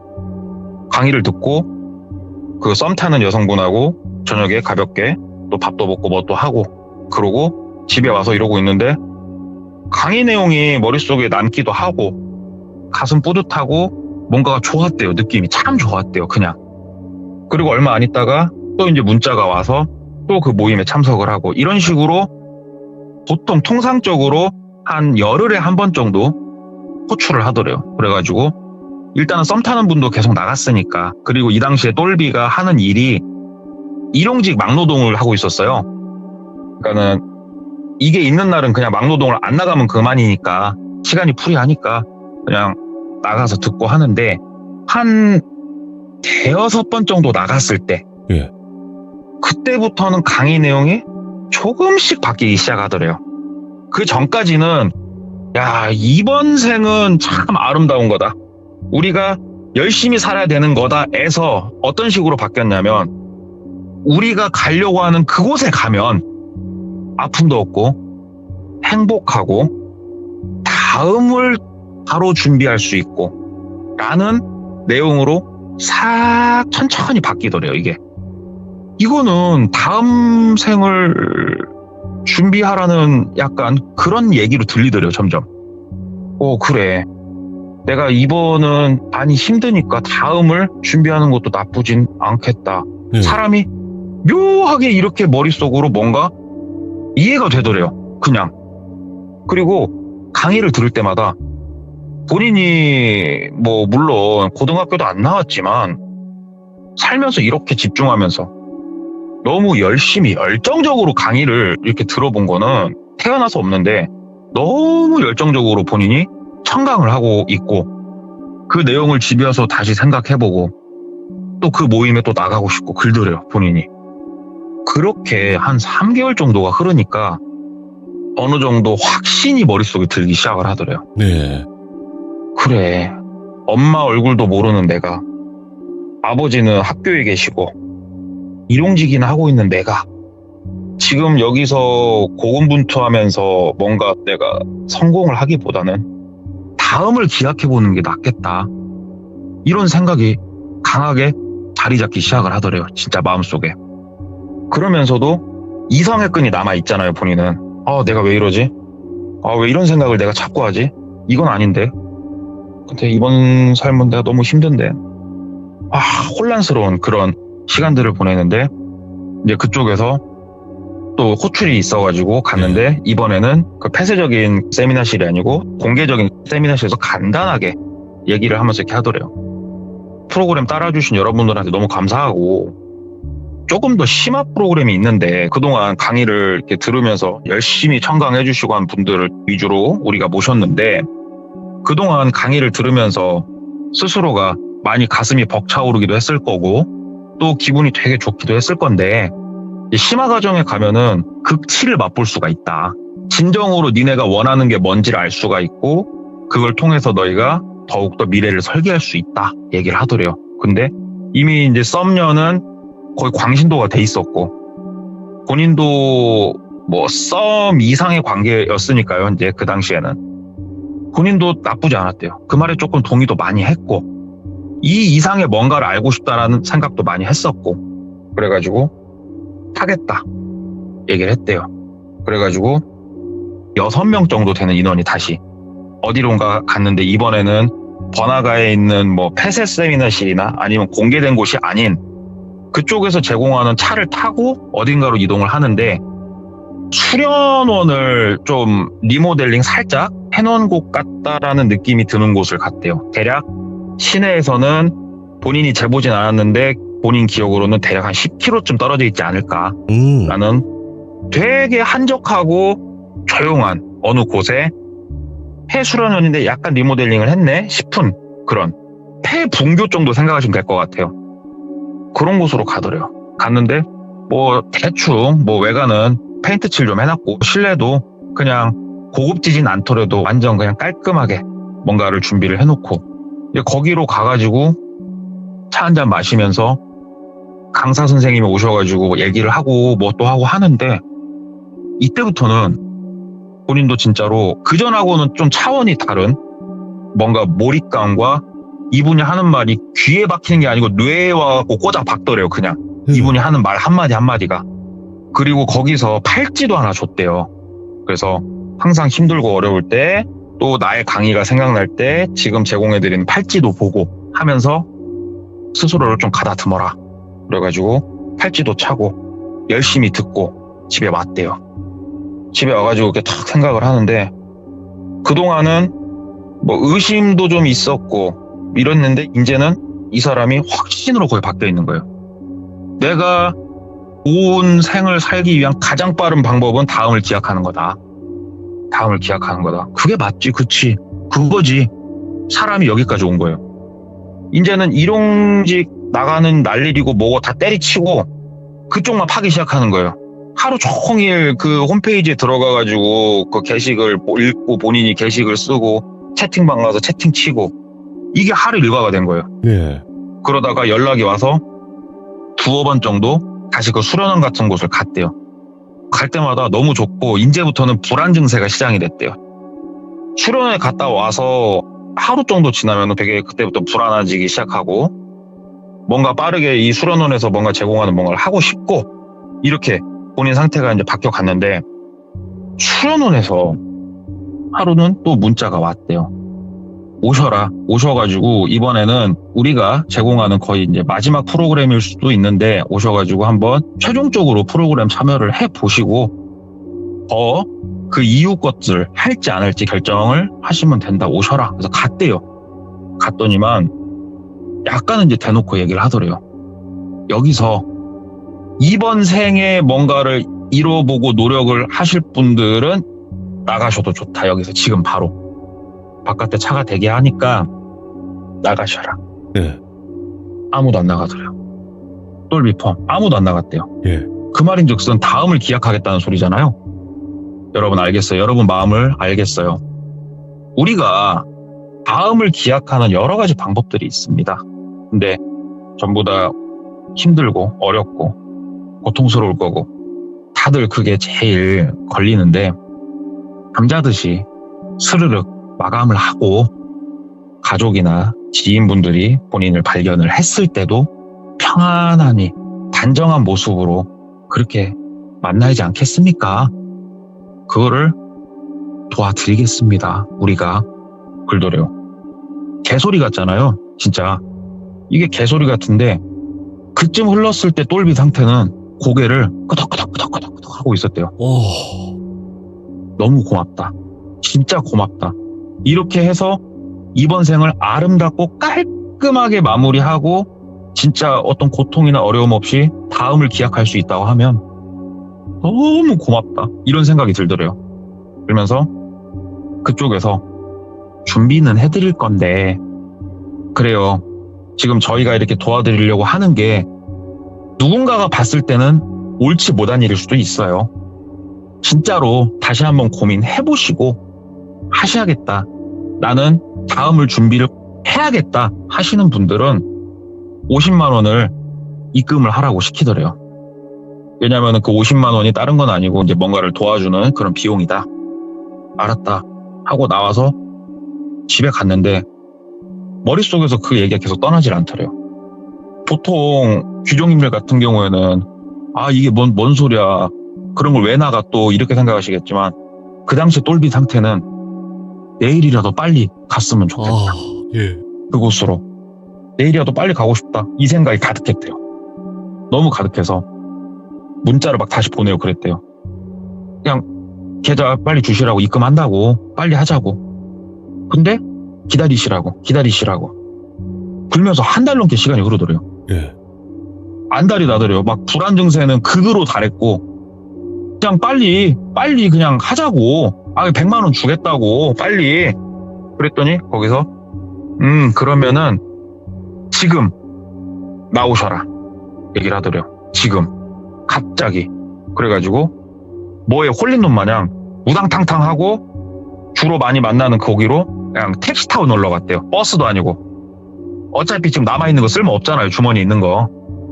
택시 타고 놀러 갔대요. 갔더니 6명 멤버가 딱 거기서 모여지더래요. 그래가지고 이제 버스를 그러니까 작은 차라고 해야겠죠. 봉고차 같은 걸 타고 이제 다시 어디론가 이동을 하는데 오늘 여기에 오기 전에 큰아버지 집에 얹혀 살았다고 했잖아요. 큰아버지한테도 아들이 있었는데 그 아들, 둘째 아들이 본인보다 한 3살 어렸다고 그러더라고요. 둘째 아들이 그날따라 본인을 자꾸 아침부터 건들더래요. 형 오늘 어디 가? 어디 가? 하면서 그래가지고 안 가. 너 네 일이나 해. 그랬더니 형 어디 가는데? 형 오늘 어디 가면 어디 간다고 나한테 꼭 말해. 알았지? 그냥 가지 말고 막 그랬다고 그러더라. 그날따라 유독. 네. 근데 본인이 이제 모임 장소에 가가지고 차를 타고 그 수련원으로 이동을 하는데 친척 동생 생각이 갑자기 문득문득 나더래요. 문득문득 나서 그래도 이 동생은 본인한테 참 잘했어요. 평상시에도. 네. 형 하면서 마지막 문자를 보낸 거예요. 너무 고마웠고 다음에 우리가 다시 만날 때는 내가 진짜로 형으로서 좀 더 잘 챙길게 하면서 문자를 보낸 거예요. 얘한테. 그랬더니 얘가 답장이 바로 오더래요. 형 어디 가는데 그래? 어딘데? 다 글더래요. 그래가지고 아니야, 그냥 어딘가 그냥 놀러 가 얘기했더니 막 전화가 오더래요. 근데 이제 차 안이고 하니까 전화는 안 받고 지금 형이 바쁘니까 나중에 얘기하자 그랬더니 형 어디로 가는지만 문자 남겨줘. 그래야 내가 형을 찾든가 말든가 할 거 아니야. 형 나쁜 생각하는 거면 내가 형을 찾아야 될 거 아니야. 그러니까 어디로 가는지나 좀 알려줘 그러더래요. 듣고 보니까 이것도 일리가 있더래요. 그래가지고 그래 얘네가 나를 좋은 모습으로 발견이 되게 해준다곤 했지만 내가 어디에 지인들이 있고 하는지는 모를 수도 있으니까 그래 얘한테는 남겨두자라는 생각이 들어서 어디로 오다가 왜냐면 그 당시엔 내비가 없었잖아요. 어디로 쭉 길을 가다가 우회전해서 가다 보면은 뭐가 있고 그 어디로 들어오면은 수련원 같은 게 하나 있어. 형 지금 거기 가는 거고 너무 걱정하지 말고 앞으로 잘 지내자. 잘 지내 이런 식으로 하고 이제 핸드폰을 닫고 있는데 문자도 계속 오고 전화도 오고 하니까 무음으로 그냥 바꿨대요 핸드폰을. 그리고 이제 그 수련원에 들어간 거예요. 들어가가지고 이날은 특이하게 우리가 오늘은 먼 길을 가는 날이니 정신 집중을 하고 우리가 뭔가 하나의 마음을 모아야 되는 날이니 우리의 이 기도를 방해하는 거는 없애자. 그래서 전자기기들을 싹 걷더래요. 핸드폰 뭐 이런 걸 싹 걷더래요. 그래서 똘비도 핸드폰을 거기다 넣으려다가 이런 생각이 들더래요. 그래도 아무리 아버지는 학교에 계시고 어머니는 어려서 돌아가셨어도 내가 만약에 이걸 이렇게 홀랑 줘버리고 얘네가 뭔가 착오를 일으키면 안 되니까 핸드폰은 그냥 주기가 싫었대요. 내 주머니에 있으면 비번은 안 걸어놨으니까 찾겠지.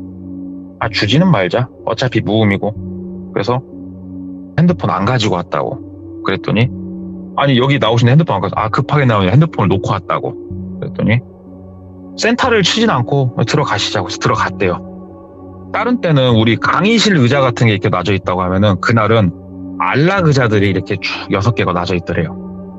그래서 안락 의자에 앉았대요. 편안하게. 그랬더니 강사 같은 분이 오셔가지고 또 여러 가지 말씀해 주시는데 참 좋은 말씀 많이 해주시더래요. 사람들은 모른다. 사람들은 이번 생에서 어떻게 하려고 노력만 하지 다음을 기약할 줄 모른다. 다 이런 얘기. 그러니까는 니들의 오늘의 선택이 굉장히 굿초이스고 누구보다 빠른 다음을 기약할 수 있는 좋은 선택이다. 이런 식으로 얘기를 하더래요. 네. 끄덕끄덕끄덕끄덕. 맞다. 음료수 한 잔씩 먹으면서 끄덕끄덕끄덕끄덕.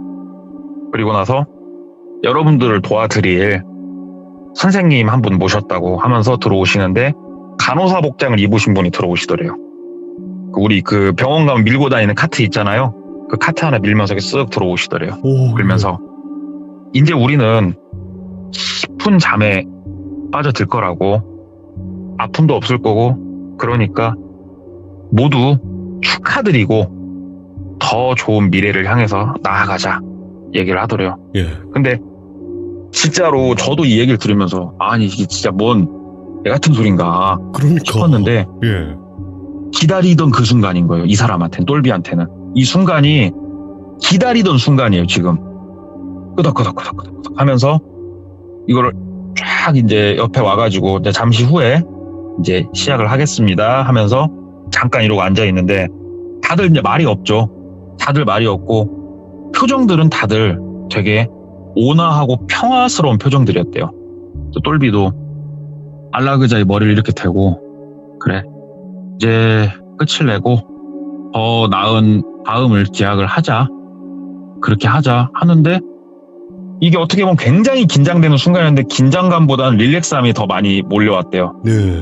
그래서 그 순간에 본인도 모르게 이유도 모르겠지만 잠깐 설잠에 빠져들었대요.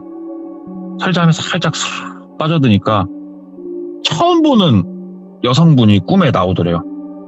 한복을 입고 계셨고 되게 단아한 얼굴인데 목소리는 쇠소리가 나시는 여성분이었대요. 그러면서 막 욕을 하시더래요. 뭐 이놈아 뭔 놈아 정신 차리고 사람이 열심히 살 생각을 해야지 이게 뭐 한 짓이냐 하면서 막 소리 지르면서 막 뭐라고 하시더래요. 근데 그 목소리부터가 막 쇠소리에 막 듣기 싫은데 워낙에 무섭게 뭐라고 하시니까 말대꾸도 못 하겠더래요. 꿈속에서. 그러다가 이렇게 깼대요. 깼는데 머릿속이 마치 어디 물속에 잠겨있다가 나온 것처럼 내가 여기서 뭐 하고 있었던 거지 싶더래요. 진짜 내가 뭐 하겠다고 지금 여기 앉아서 내가 이러고 있었지? 미쳤네. 아니야, 난 살아야겠어. 이 생각이 갑자기 문득 엄청 들더래요. 진짜 마치 진짜 자다가 깬 사람처럼, 꿈을 꾸다 깬 사람처럼, 몇 달간 있었던 이 모든 게 꿈이었던 것처럼, 뭐야, 내가 미쳤었다, 나가야겠다 하고 있는데, 자, 이제 모두 시작을 할게요, 우리 다음에 또 만나요 하면서 이제 하려고 하는데, 똘비가 손을 든 거예요. 저기요, 저는 다시 좀 생각하겠습니다 얘기를 한 거예요. 똘비가 손을 들고. 그랬더니 강사님이, 똘비 씨는 그러면 뭐 용기가 조금 없으신 거고 다음에 하시겠다고? 다음에? 지금이 아니고? 다음은 기회가 없어요. 똘비 씨 잘 생각하셔. 다음은 기회가 없습니다. 이런 프로그램이 쉽게 있는 게 아니에요. 다음에 하시겠다고요? 그러니까 똘비가, 예, 저는 다음에 또 우리가 이런 인연이 닿으면은 좀 더 생각을 좀 더 깊게 하고 해보겠습니다. 미처 끊어내지 못한 뭔가 인연이 있습니다 얘기를 한 거예요. 그러니까 그래요, 알겠습니다 똘비씨, 잠깐만 기다리세요.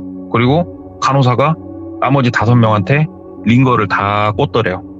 링거를 꽂고 다들 이제 푹 자더래요. 그러니까는 멀리 떠난 게 아니고 그냥 새근새근 숨 쉬면서 자더래요. 그냥 다. 그리고 똘비씨 일로 나오셔. 똘비가 이제 나갔대요. 미쳤었다 내가.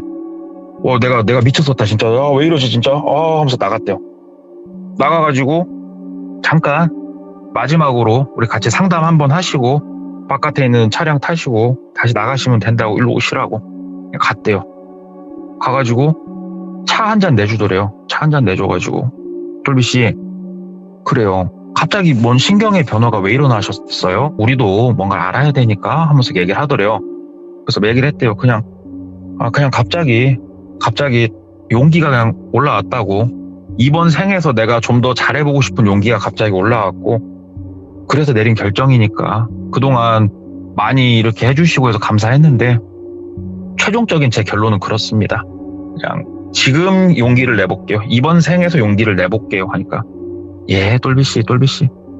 그러면 어떻게 보면 우리가 이게 마지막 인사일 수도 있어요. 그러니까는 차 한 잔 마시시고 버스 타고 나가시면 돼요.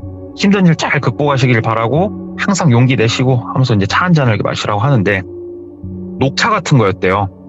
그걸 이제 마시려고 이렇게 컵을 잡고 드는데, 아까 그 쇳소리가 났던 여성분 있잖아요. 꿈속에서. 그분 목소리가 귀에다가 입을 대놓고 소리를 지르는 것처럼 들리더래요. 막지마! 하면서 들리더래요.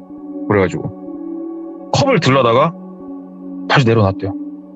그리고 갑자기 몸이 굳은 거예요. 갑자기 뭔 소리가 들리니까. 그러니까는 맞은편에 있던 그분이, 아니 왜 그러세요? 왜 안 드세요? 그러니까는, 아니요, 그냥 차는 마신 걸로 하고 나가겠습니다 얘기를 하니까, 차가 입맛에 안 맞으시나 보네. 한번 들어보세요. 이게 아주 잘 우린 차입니다. 아니요, 별로 생각이 없습니다. 그냥 피곤하네요. 가보겠습니다 얘기를 하니까, 예, 알겠습니다. 잠시만요. 바깥에 기사랑 잘 있는지 제가 확인만 하고 올게요. 그걸 나가시더래요. 천장을 좀 쳐다보면서, 내가 미쳤나? 환청이 들리고 이게 뭐지? 미쳤나? 이러고 있는데 귀에서 다시 그 목소리가 들리더래요. 소리를 지르면서 절규하는 목소리로 나가 막 소리를 지르더래요. 예. 본인이 미친 것처럼 느껴졌대요. 그때 내가 미쳤구나. 아무도 없는 방에서 소리가 들리고 버스 타고 가는데 어딜 나가? 두리번두리번 이러고 있었대요. 근데 본인은 이런 걸 안 하기로 했으니까 친척 동생 걱정할 테니까 문자나 해주자 해가지고 핸드폰을 이제 주머니에 꺼내가지고 문자를 보는데, 문자가 진짜 수십 통이 넘게 와 있더래요. 동생한테 막 큰아빠한테 와 있고 막 난리도 아니더래요. 부재중전화 미친 듯이 찍혀 있고, 아이고 한번 욕 부지하게 먹겠다 하는데 마지막 문자를 이렇게 딱 보는데, 형, 바깥에 앰뷸런스가 4대가 대기하고 있어. 형, 거기 뭐 하는 데야? 나와! 하고 문자가 와 있더래요. 앰뷸런스가 4대가 와 있다고 바깥에? 왜? 뭔가 머릿속 이상해지더래요. 앰뷸런스가 왜 와 있지? 그래가지고 친척 동생한테 전화를 했대요. 바로 받더래요. 형 어디야? 하면서 야, 나 지금 나갈 거야. 솔직히 나 다음을 기약하려고 했는데 아니야. 그냥 열심히 해보려고. 어디냐? 그랬더니 형이 말한 거기 근처라고. 아, 그냥? 근데 앰뷸런스 얘긴 뭐야? 그랬더니 바깥에 그 당시에는 봉고차인데 우리가 생각하는 앰뷸런스는 막 이렇게 십자가 그려져 있고 흰색에 막 그렇게 생겼는데 그게 아니고 그냥 봉고차인데 열었더니 그 안에 베드를 2개씩 넣을 수 있게 해놓은, 그래서 응급차라고 표현을 했다고 그러더라고요. 사람을 나를 목적으로 그게 있다고. 근데 또 얘기를 하더라고요, 동생이. 형, 근데 생각보다 의료진이 겁나 많이 와 있다고. 뭐라고? 그랬더니 형, 여기 보면은 사람들이 꽤나 있는데 이거 사람 숫자가 생각보다 많아. 한 근 10명 되는 인원들인데? 그러더래요. 아, 그래? 너 어딘데 그래서? 그랬더니 난 되게 멀리 떨어진 곳에서 차 세워놓고 보고 있는데 형 거기 뭐 하는데요? 빨리 나와. 뭐해 거기서? 얘기를 하더래요. 그래서 아니야, 바로 나갈 거야. 좀만 기다려, 바로 나갈 거대. 형 그렇게 말하지 말고 그냥 빨리 나와. 그러더래요. 그래서 일단 알았어 하고 이제 전화를 끊고 다시 주머니에 넣고 이제 먼저 나가야겠다 싶어가지고 원장실 문을 열고 나가려고 하는데 저기 이제 멀리서 아까 그분이 어디 가세요? 그러더래요. 그래갖고 이제 저 가보려고요. 그랬더니 아직 차량 준비가 다 안 됐는데 잠깐만 기다리세요. 그러더래요. 그래서 아니에요, 그냥 바로 나가려고 합니다. 햇빛 좀 보고 싶네요. 바로 가겠습니다. 그랬더니 예, 가십시오. 그런데 본인이 이제 나가려고 하는 방향에서 진짜 건장한 남성 3명이 네. 걸어오더래요. 그냥 뭐 여기 이제 안에 스태프인가 보다 해가지고 그냥 가려고 옆으로 이렇게 몸을 돌려서 나가는데 3명이 본인을 탁 잡더래요. 그래. 뭐 하시는 거예요? 그러니까는 못 가시지. 그러더래요. 못 가시지. 어딜 가셔요? 다음을 기약하기로 하신 분이 자꾸 약속을 어기시면 안 되지. 일로 오세요. 3명이 막 끌고 가더래요. 그러니까는 막 똘비가 나간다고! 노라고! 막 하니까는 안 돼요. 이번은 끝이고 다음에 좋은 일 하셔요? 근데 그러면서 본인을 막 끌고 가더래요. 어디론가. 막 이렇게 몸부림을 치는데 3명이서 이제 끌고 가니까 답이 없더래요. 뭐 흉기를 들고 있고 이런 건 아니지만 제압을 당해서 막 끌려서 가가지고 내동댕이 쳐져가지고 있는데 때리거나 이러진 않더래요. 본인을 때리거나 그러진 않는데 그냥 방에다가 어디단가에 가두더래요. 본인을. 그리고 다시 문이 열리고 3명이 들어오고 아까 봤던 간호사분이 들어오시더래요. 네. 한 손에는 링거를 들고. 저거 맞으면 이제 잠드는 거예요. 그냥 이걸 어떻게 하지 하는데 결국은 제압을 당해서 링거를 맞았대요. 링거가 들어가고 진짜 1분이 뭐야, 얼마 안 있다가 극도로 참을 수 없는 졸음에 바로 잠이 들었대요. 그냥 꿈나라로 이렇게 가가지고 해볼래 하고 있는데 본인 귀에다가 외치고 아까 설잠 들었을 때 나오셨던 그 한복 입은 여성분이 나오더래요. 꿈에 나오면서 일어나서 그냥 문으로 가서 문을 열고 그냥 달려라, 이 얘기를 진짜로 레이저가 나오는 눈을 하고 본인한테 얘기를 하더래요. 제가 어떻게 일어나요? 얘기를 했대요. 그러니까는 내가 도와주려니까 일어나면 나가서 그냥 뛰어. 그러더래요. 그래서 일단 알았다고. 그리고 나서 눈이 흐리흐리 하더니 눈이 떠지더래요. 눈을 뜨니까 본인은 링거를 맞고 있고 아까 그 골반 같은데 본인이 내팽겨져 있더래요. 그리고 앞에는 남성 1명이 서 있고 본인이 눈을 뜨니까 부시럭거리고 움직이니까 본인을 쳐다보더니 되게 놀라는 눈빛으로 본인을 쳐다보더래요. 그래가지고 팔에 있는 링거를 뺐대요. 팔에 링거를 빼고 일어나서 가려고 하는데 일어났는데 몸이 날아갈 것 같더래요. 진짜 몸이 태어나서 이렇게 가볍다고 느껴본 적이 없대요. 눈앞에 10m짜리 벽이 있으면 점프해서 넘어갈 수 있을 것 같더래요. 그냥 일어났더니 뭐야 어떻게 일어나? 그러더래요. 그 사람이. 그러더니 이야! 하고 소리를 내게 되니까 갑자기 몇 명이 더 오더래요. 그러면서 다들 뭐야? 야 어떻게 일어나? 야 뭐야? 막 그러더래요. 그래가지고 비껴. 나 나갈 거니까 비껴. 그러니까는 미친놈. 야 다시 재워. 그러더래요. 그러니까는 이제 2명이 본인한테 오는데 본인이 팔로 이렇게 밀었대요. 사람을.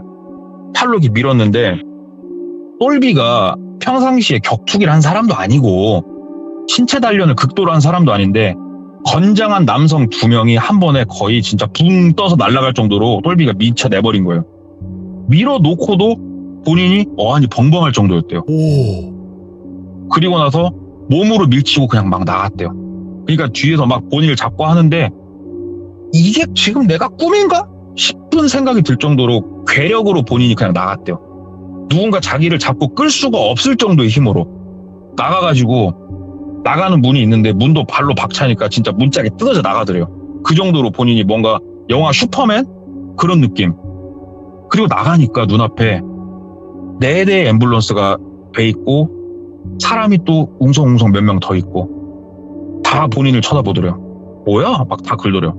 그래가지고 뭐야는 됐고 일단 뛰라고 했으니까 나가자마자 뛰었대요. 그냥 막 뛰는데 풍경이 자기 옆을 지나가는 것처럼 엄청나게 빠른 속도로 뛰어지더래요. 예. 말도 안 되는 속도로.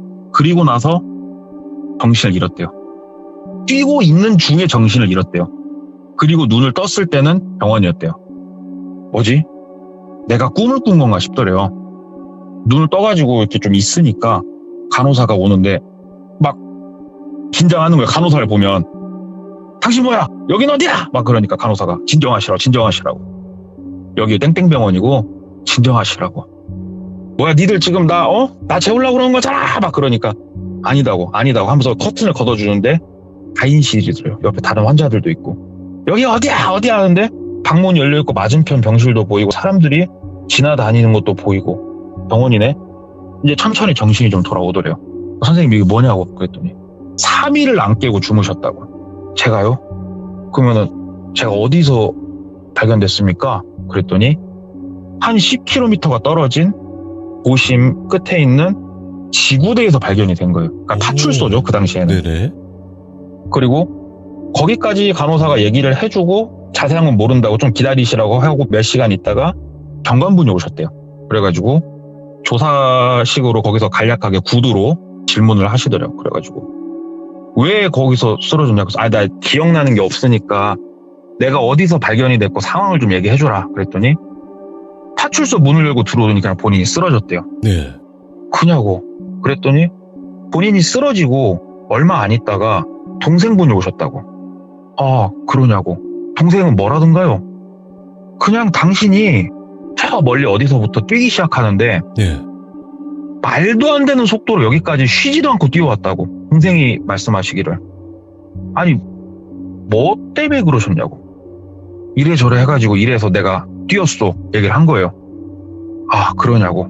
알았다고. 동생분 곧 오시니까 좀 기다리시라고. 알았다고 하니까 이제 동생이랑 큰아버지랑 온 거예요 병원에.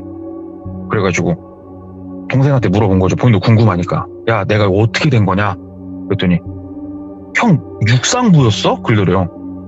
아니야 무슨 소리야. 와 형 진짜 거의 뭐 자동차로 따라가기 힘들 정도로 뛰더라 그러더래요. 예. 에이 말도 마 그랬더니 아니 어차피 시골길이니까 어차피 내가 차 속도를 크게 낼 수는 없었는데 아빠 차기로 했고 내가 운전이 미숙하니까. 미쳤네. 어떻게 그 속도로 쉬지도 않고 뛸 수가 있어? 그러더래요. 글쎄다. 나도 기억이 안 나니까 모르겠다. 그리고 경관분들이 이제 그 수련원을 조사를 했을 거 아니냐고요. 조사라고 한다기보다 거길 그냥 갔다 오신 거죠 경관분들이. 네. 근데 갔을 때는 아무것도 없었대요. 거기에는 애초에 집기도 별로 없었고 그냥 갔을 때 아무것도 없었대요. 아무것도. 그러면서 약간 똘비를 지금은 당신이 뭐 때문인지 모르겠지만 쇼크도 받은 것 같고 약간은 제정신이 아닐 수도 있으니까 좀 더 심신의 안정을 취하시고 뭐가 생각나는 게 있으면 말을 해주세요 하고 이제 경찰분들 가신 거예요.